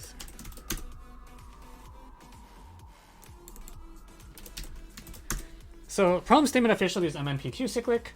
I don't really care about that. I really just want BPQC cyclic instead. Like I'll find is like, okay, those two things. The other thing is, yeah, it just lies on there, right? Like if I that radical center. Yeah, all right. Yeah, and that's by definition. So no surprise there. M and DHG are all points that we know pretty well, I think. So it's only like B.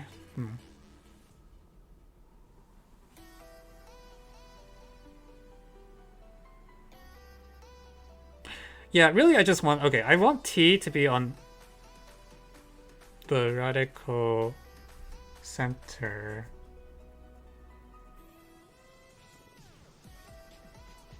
Okay, I have a proposition, all right? We're going to use barycentric coordinates on triangle AMN. Or even, no, actually ADE is fine too. Yeah, I think you could just bury this. Because T is literally the midpoint of A and the centroid. So the coordinates of T will be given explicitly by 411 or whatever. Yeah, skip P and Q. Yeah, exactly. We don't need P and Q. Right?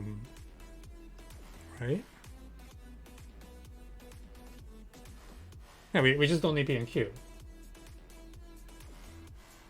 So I just need T to lie on the radical center, and then both of these circles are computable. And it's all good. We're just fine. Right? Like, this should just work, right? At this point, use lin pop on ABC. Oh, what a good idea. Yeah, but I mean, yes.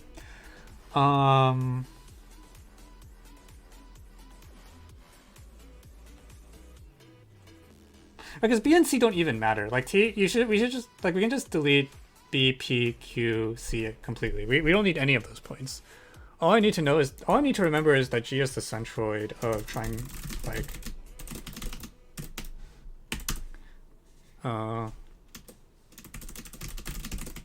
right? And then after this, like B doesn't matter, C doesn't matter, P doesn't matter, Q doesn't matter, this segment doesn't matter, this segment doesn't matter. Right? Like the diagram is just this though. Is it not easier with complex? How do you do radical stuff in complex? Like how do you compute the power of T?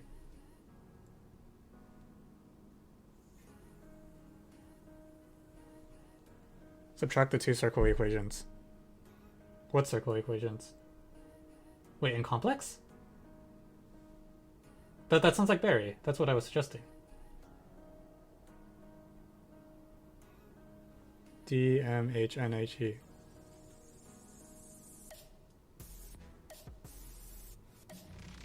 Wait, this sounds like Barry. Are you sure we're talking about the same thing?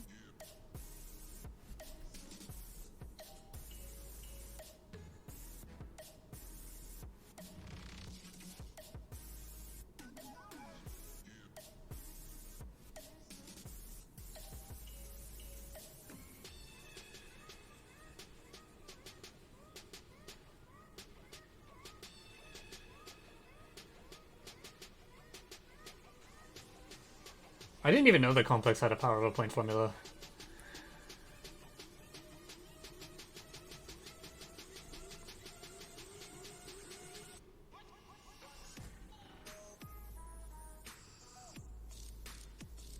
Okay, but I also see what you're all saying about linearity. So the idea is like G is the midpoint. Not midpoint. G is a third between O and H, and I think I can compute the power of. Wait, actually, I compute the powers of ABC. Oh, I remember this trick. Okay, I understand where this is going.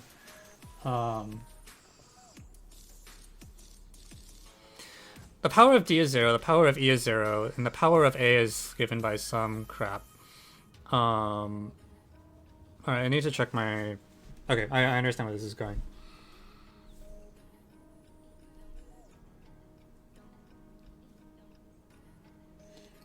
Right, I know the powers of ADE in respect to all the circles, and then if you know the power of ADE with respect to both circles, you can compute the difference in the powers of the circle equations, because those are given explicitly by whatever that thing is called. How does it go? I think it's equivalent. Yeah, yeah.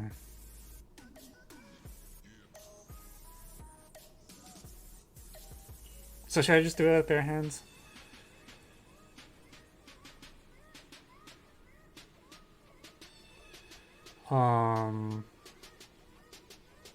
Yeah, I guess it doesn't actually buy you any power. I don't really like the point H because it's kind of annoying. I'd like to not have to...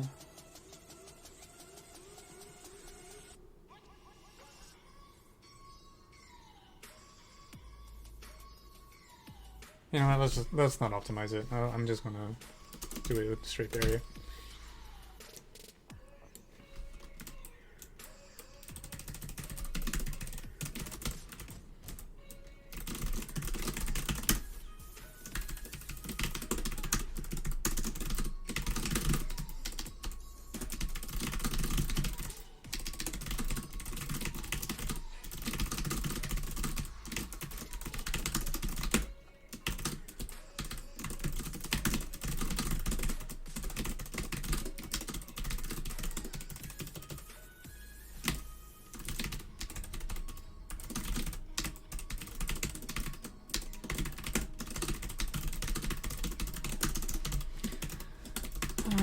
Okay, let's just do this. Lin pop might be cleaner. Consider BH intersect HE. I assume you mean DH.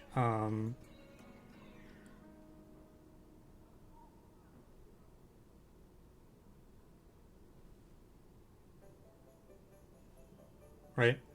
But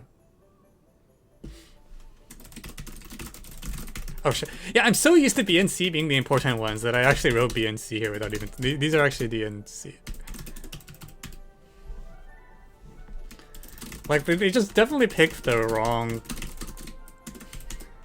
This habit's gonna die so hard.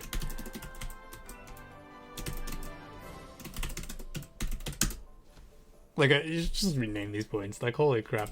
Holy crap, I wrote ABC here too. Oh my god. Ugh.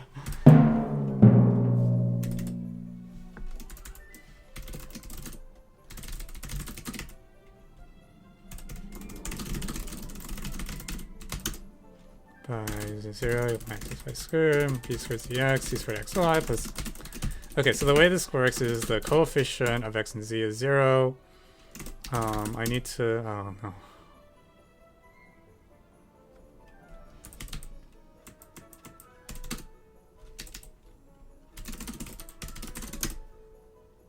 I wonder... Okay, should I just try to find a synthetic solution so I don't have to compute these constants? Because I don't really want to compute the constants. Oh wait, no. M we can get without solving the system. Like M is... Okay, M is E equals 0, so 1, 1, 0, so... U should be whatever makes that work. Squared over... C squared over 2. And then I needed to pass through SA, SB, SC. Or no, what was it? What's the coordinates of the orthocenter?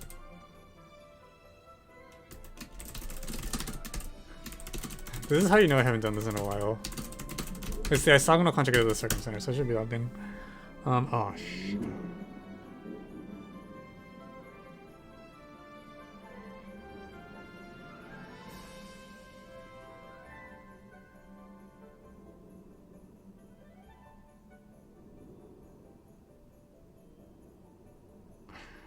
I don't remember the relevant identity anymore. I know there was one.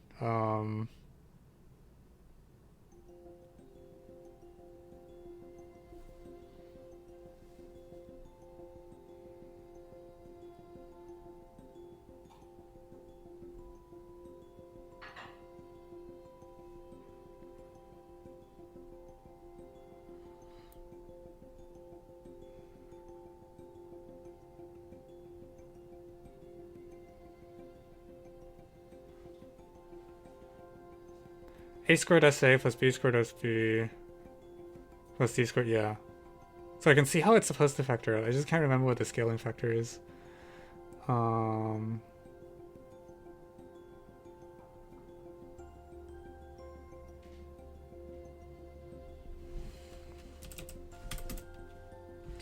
Okay, I need to actually do the work. So A squared SB SCA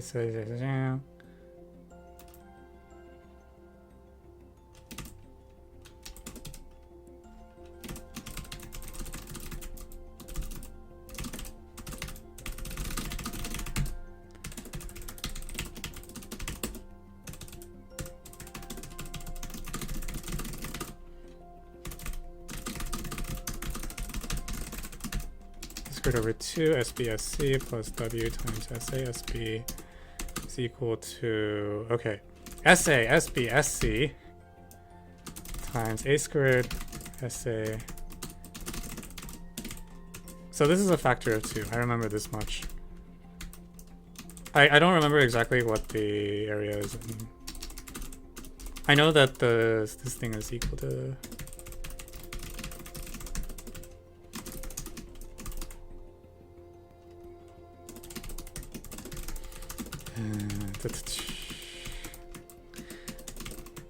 So, does anyone remember whether it's 8k squared or 16k squared or 4k squared? It's one of those.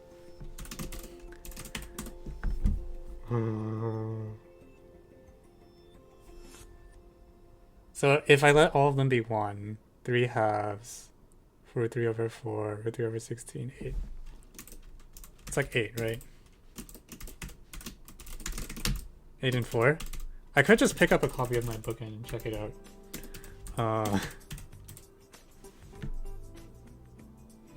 Yeah, one moment, please.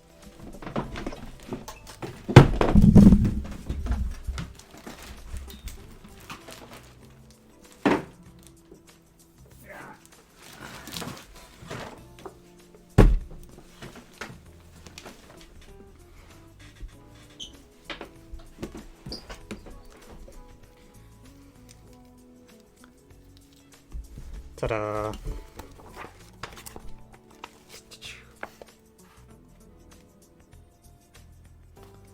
The freaking Conway notations. Twice the area. Yep. 4 and 8. Cool. Okay. Gotta make sure to get the scalar constants right. So C squared over 2 times SC plus SB times W ought to be equal. So we cancel the SB and cancel the 2 SASC.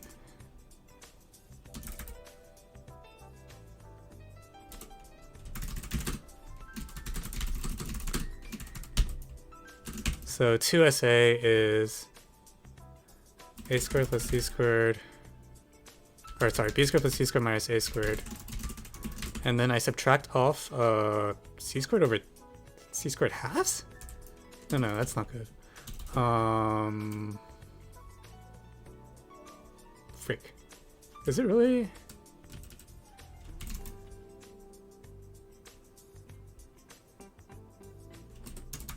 That doesn't feel good. 1 1 0. Oh, it's definitely.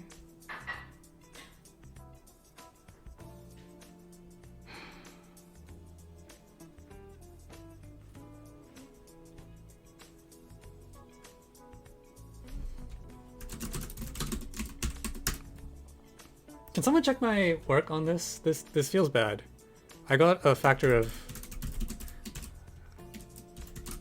Okay, I mean, I guess we expect a lot of factors of like 2-ish in places because...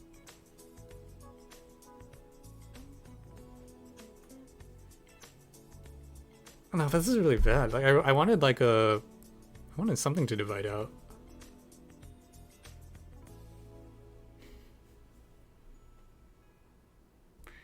I mean, the Conway is fine. But also, okay, like, humor me. How do you actually get the power in Complex? Because I don't actually learn this ever.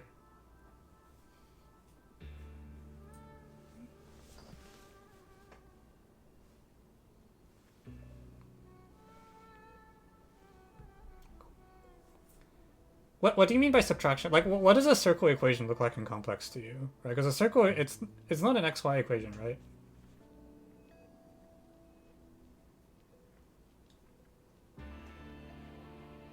Cool.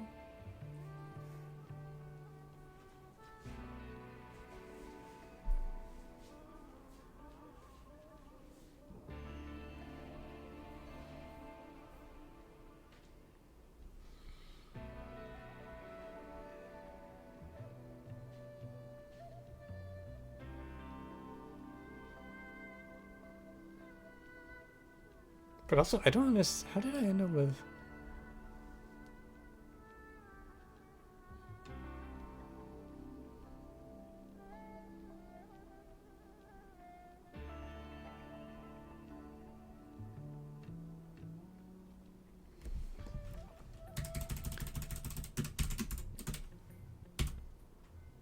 Z over line Z. Huh, okay. I didn't know that was the case. Alright, that's good to know then. Really? Oh, I've never heard of that before. Okay, I agree that probably would have been getter. In fact, I'll try to write that up here just for comparison afterwards. But let me finish this. Just because I am almost done.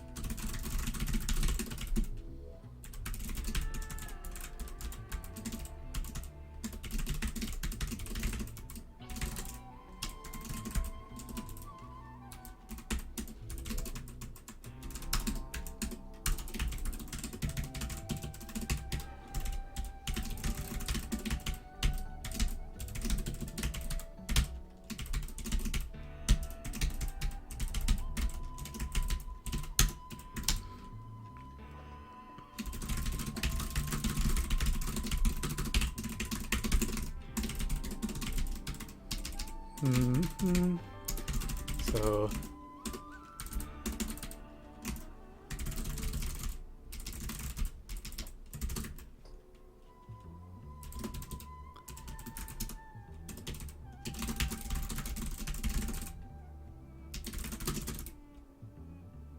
Okay, yeah, this definitely can't be right because the denominators don't match, right? So I definitely screwed something up somewhere when I was extracting this. Freaking I have to debug it.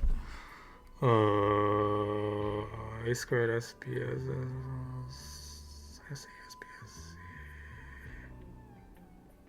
Oh no. Dude, I can't do anything right these days. Freaking heck.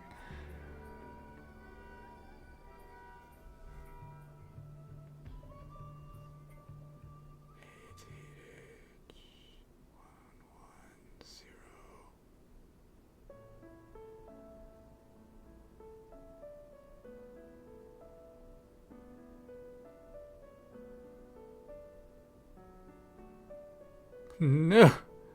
This has to...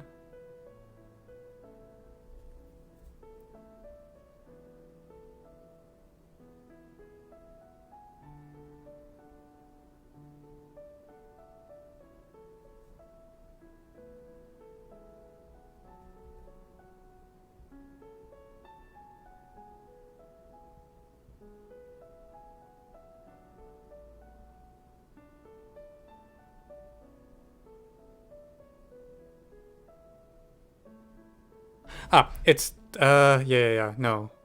W... We cancel out SB here, right? So this should be SA. Okay, yeah, that's why it's not working. This should be SA.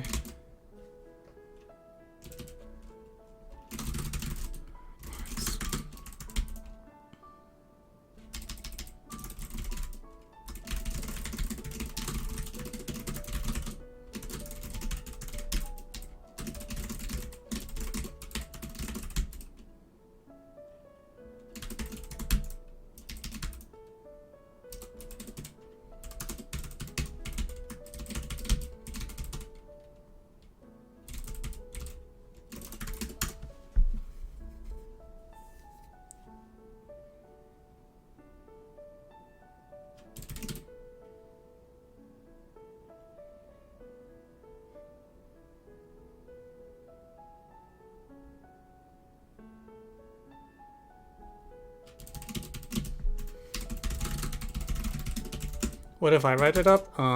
If you want, I guess.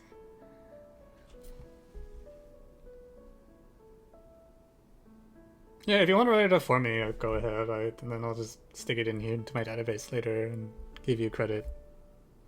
That's fine with me too. Well, anyways, yeah, this is fine. I'm assuming this should just check out. I should probably check that I didn't screw anything else up. Okay, I'll actually write everything out. Just because I don't have paper, so this is what we should do.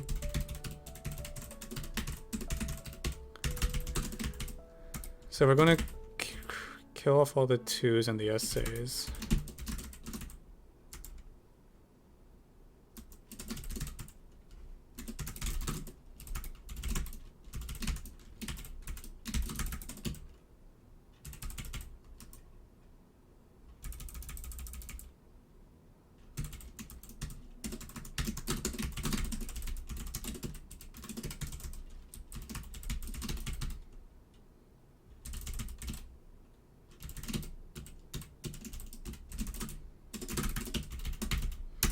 Yeah, I'm gonna switch to a view where I can see the equations. I really don't like that one half that's sitting in front of the c-squared. It just doesn't feel good.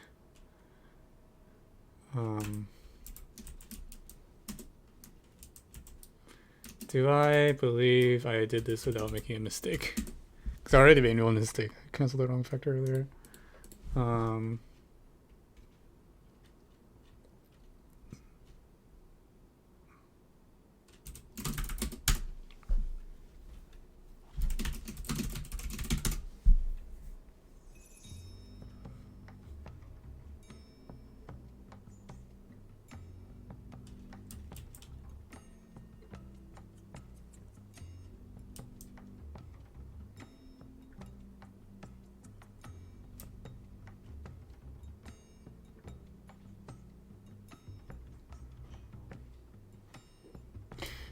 So one way I can check this is that when APC is equilateral, the second intersection of these two circles should be the midpoint of like 0, 1, 1. So I should verify that I indeed get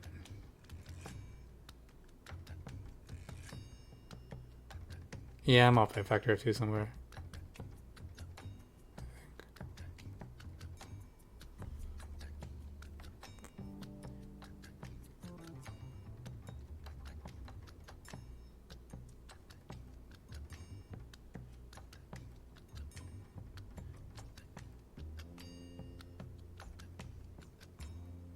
Yeah, I dropped a 2. There's a 2 that's wrong somewhere. Where is it?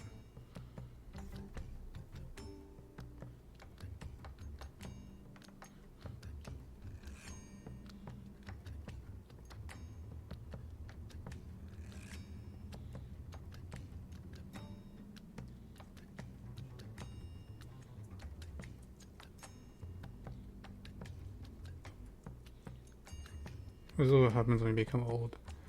No, this is fine. 1/2. There's no 2 here. Yeah, I don't know where that 2 came from. So there's no 2 SA here, which means that these are all... God, I'm so bad at this now.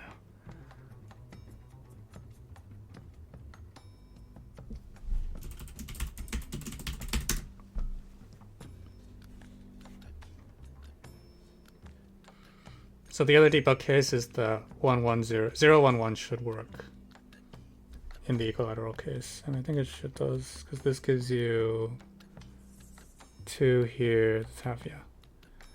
So it's at least believable.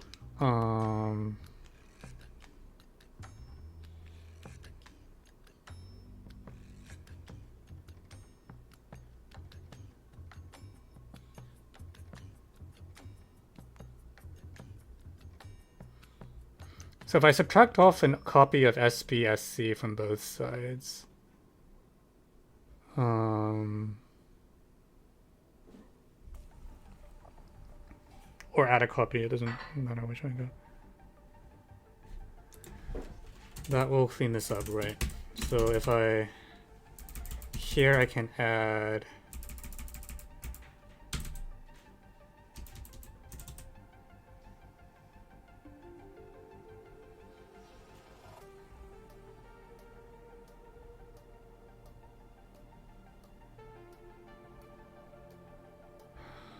Dude, I'm so old.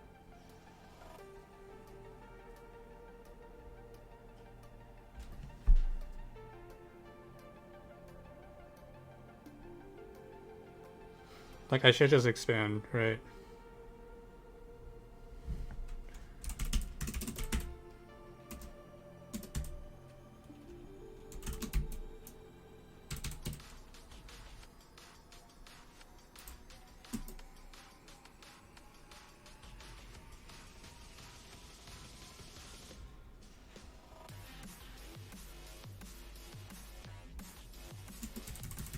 Didn't I delete it too from here? Hang on. Oh god. Oh, this is so bad.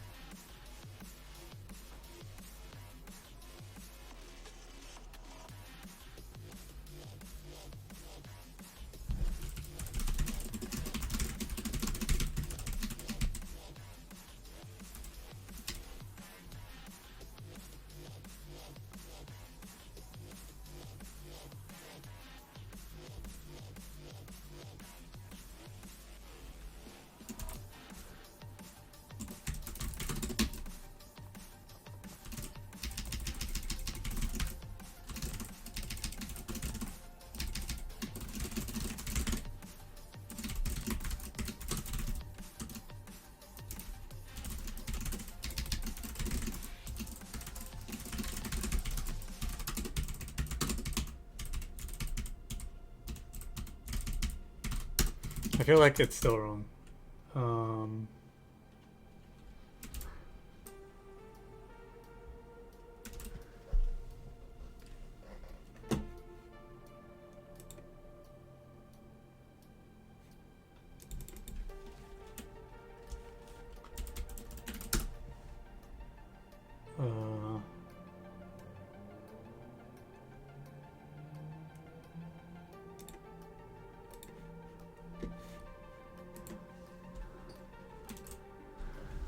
Yeah, because the factors of 2 aren't lining up, right? Like, I actually... Okay, they could line up, but I don't feel like they're going to.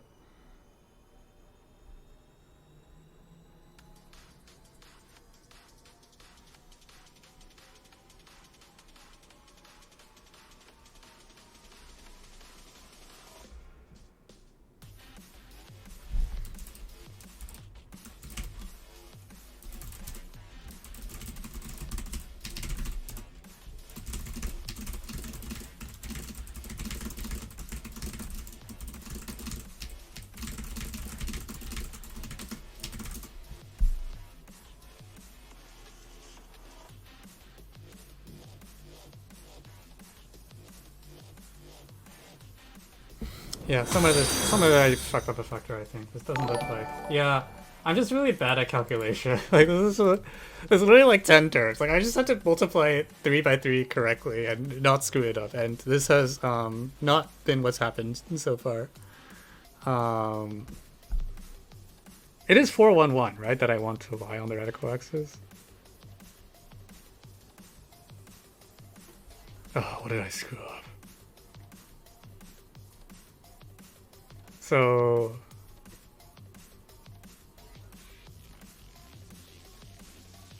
Oh, this is so sad. I can't even do this correctly now.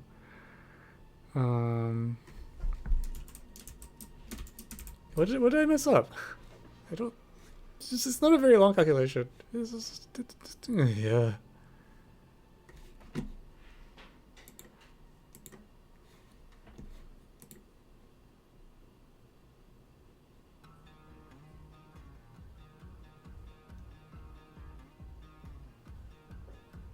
M is 110, right?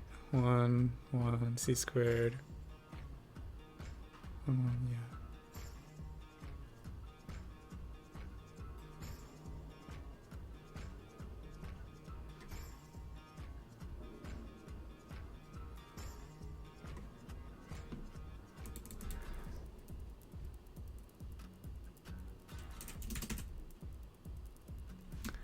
I don't even need to, like, I could just expand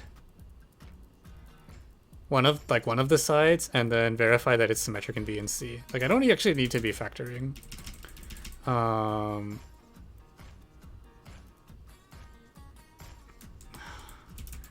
But I need to, if that's what I'm going to do, I'm going to first make sure I didn't fuck this up.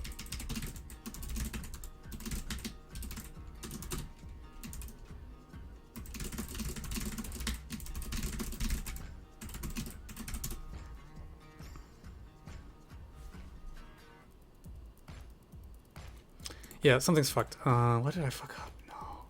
Did I get the centroid is indeed 411, right? Like, or sorry, T. This is 111, this is 411. Did I mess up the... I think I screwed up W somehow. I don't know what I messed up. 2SC. Did I drop like multiple factors of 2? That's entirely possible. Oh. I think I dropped multiple factors of 2.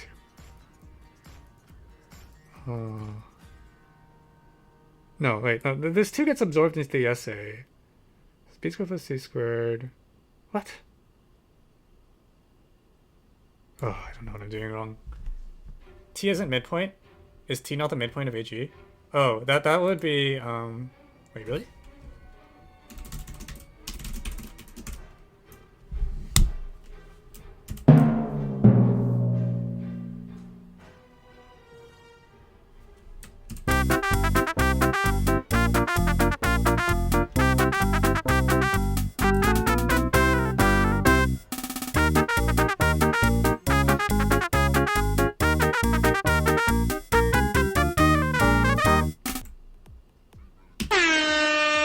That would explain a lot. Why did I assume it was the midpoint?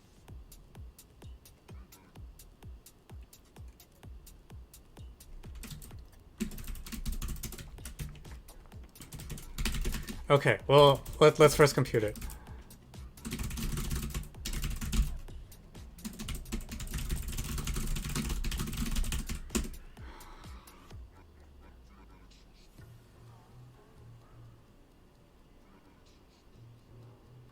Oh god.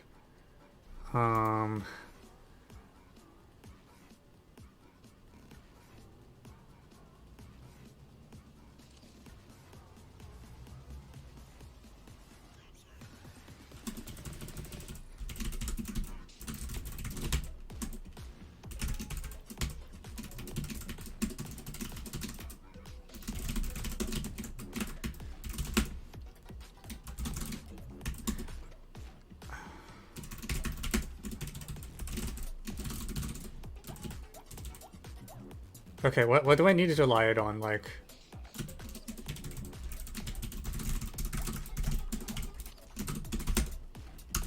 so 1, 1, 0. So what is? Oh, freaking hell.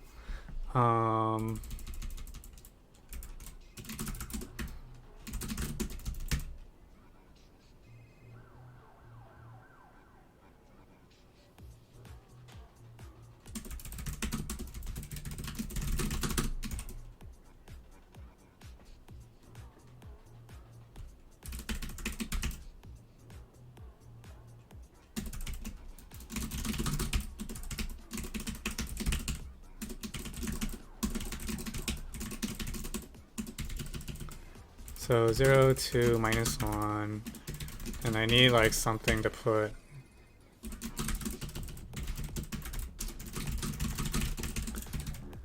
Okay, let's do some arithmetic.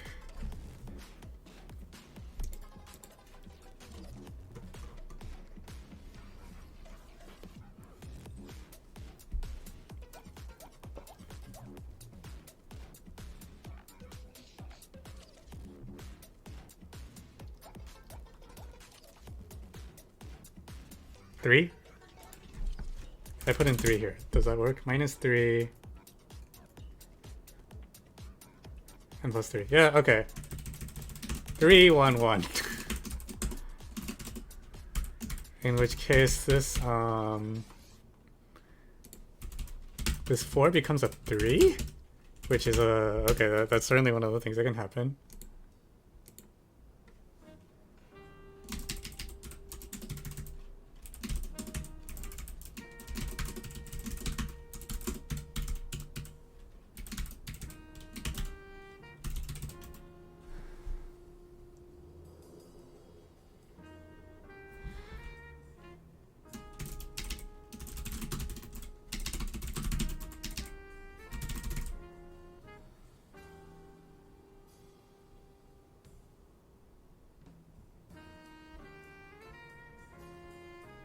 No, shit, I fucked it up. It's 211.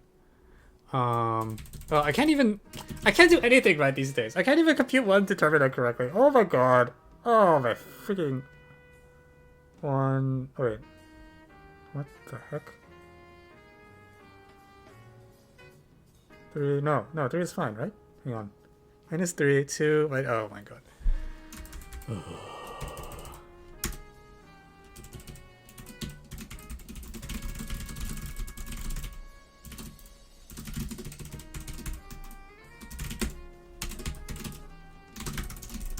Okay, we're just going to expand 9 terms, and we're going to try to not screw that up.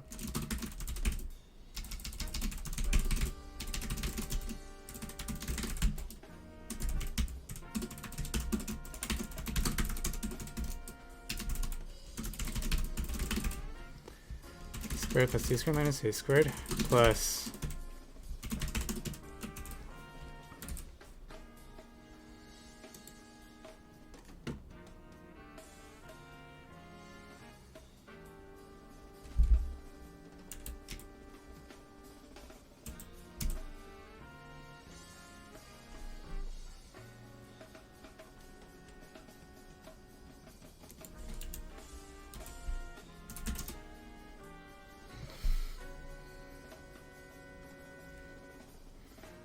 Okay.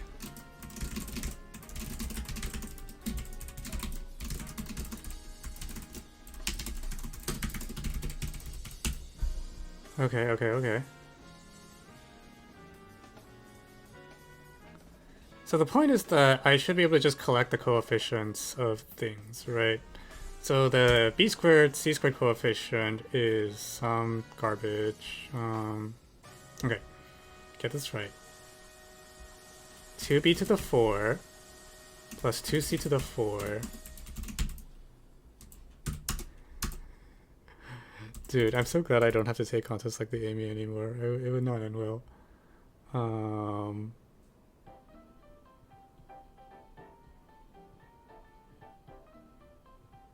Plus 2b squared c squared. And the a squared coefficient,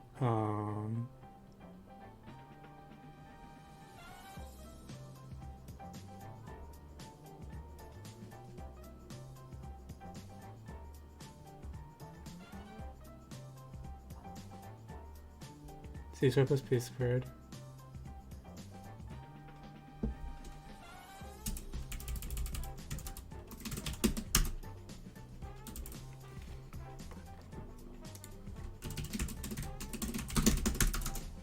Why are we still burying this? Because I'm slow, okay? I'm old and senile and I can't expand like 3 terms by 3 terms correctly. Oh, this is so stupid.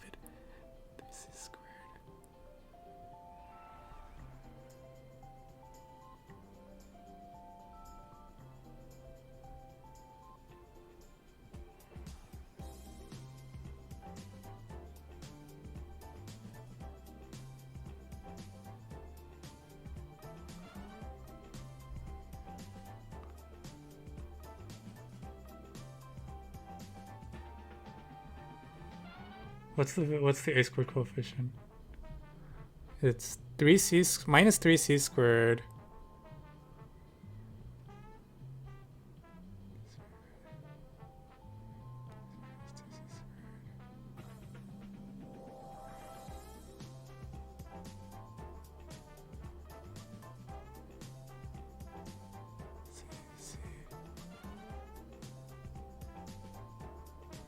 B squared plus c squared times a squared, right?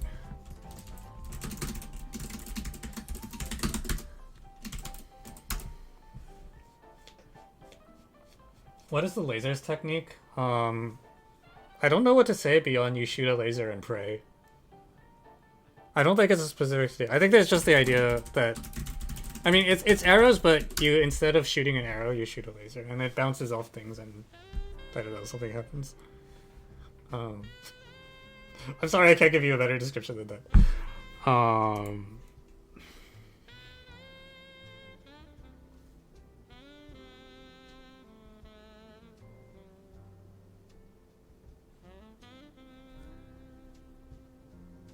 Okay, did I finally get this all right?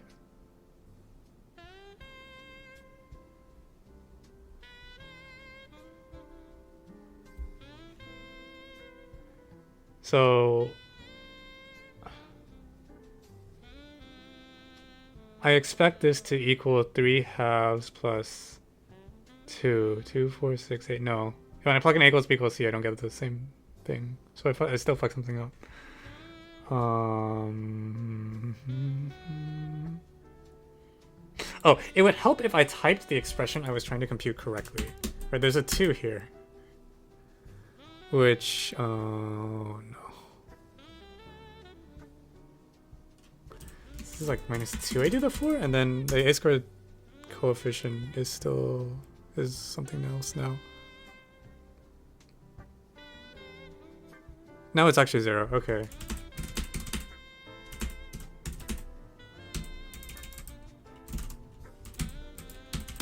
Okay.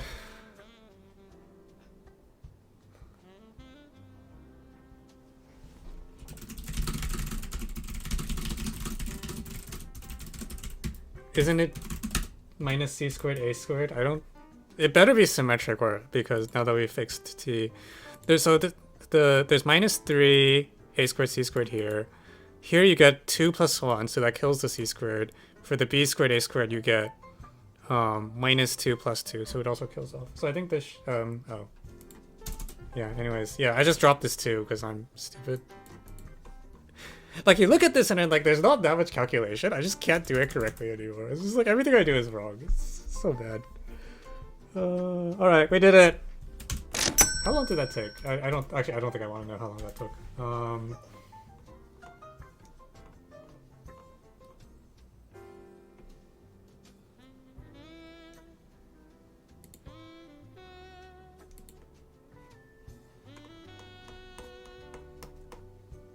At least 30 minutes. Yeah. I haven't even finished typing the main solution yet. Oh, okay, the main solution is from here. Yeah, let me get the diagram.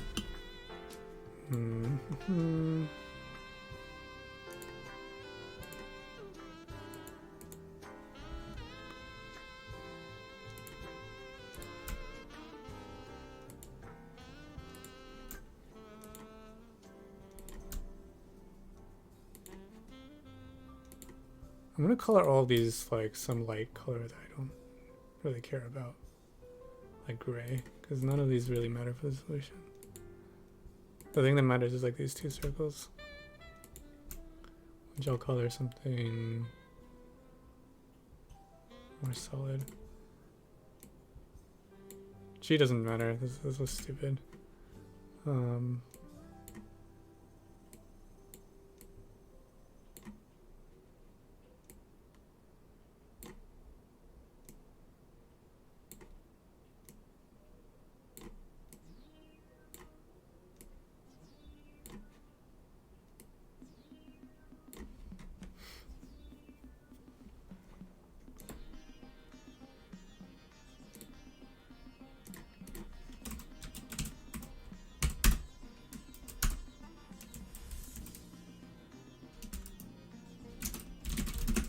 Right, this is a bug, right?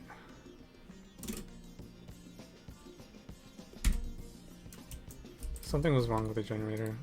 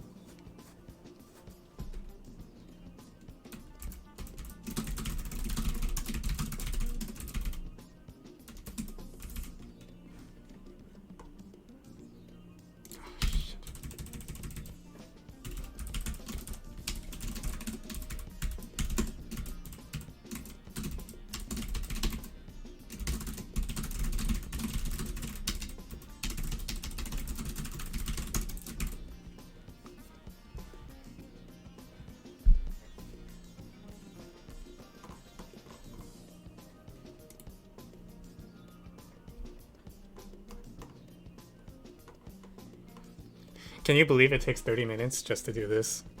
To go from like here to here? I can't explain it. That's what happens when you're old. Alright, we did it. Good job, team.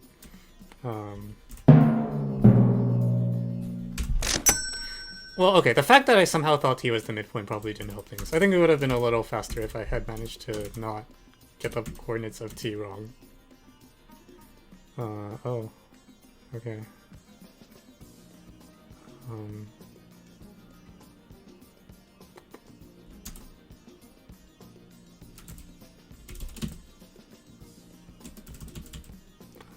Okay, can I get back to doing my... Yes, okay, very cool. Thank you, NeoVim.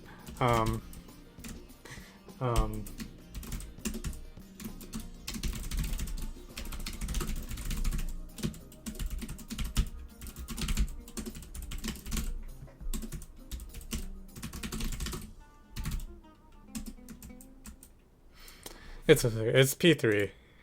I think it's okay if the P3 takes half an hour. I'm just annoyed because it's just like, oh my god, this calculation shouldn't be hard, but I could do it right for my life.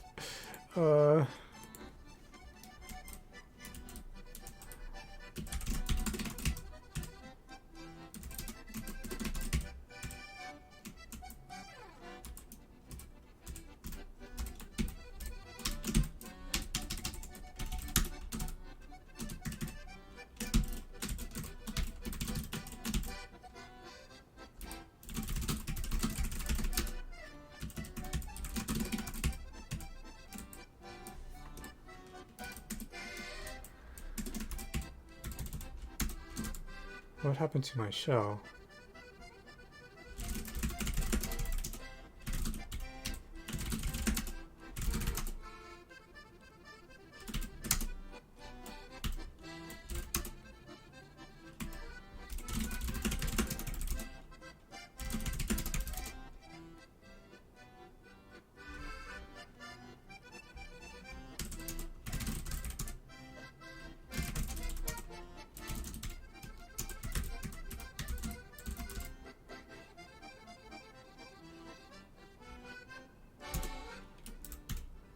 Okay, I don't want to think of it now.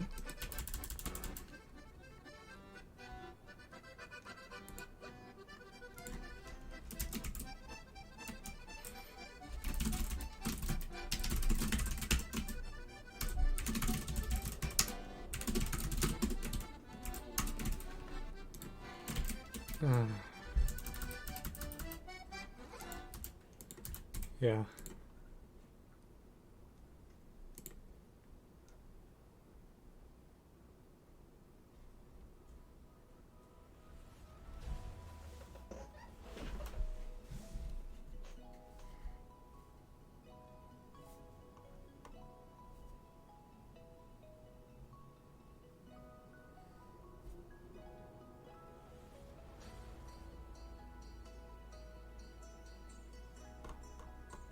Okay, we did it. I'm probably going to adjourn here for today because I'm feeling super... anyways. Thank you all for tuning in. One less geometry problem that I haven't done.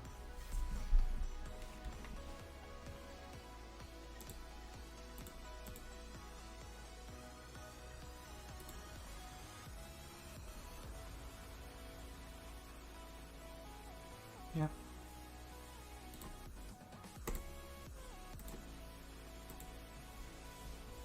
Alright, cool. Thank you. See you all.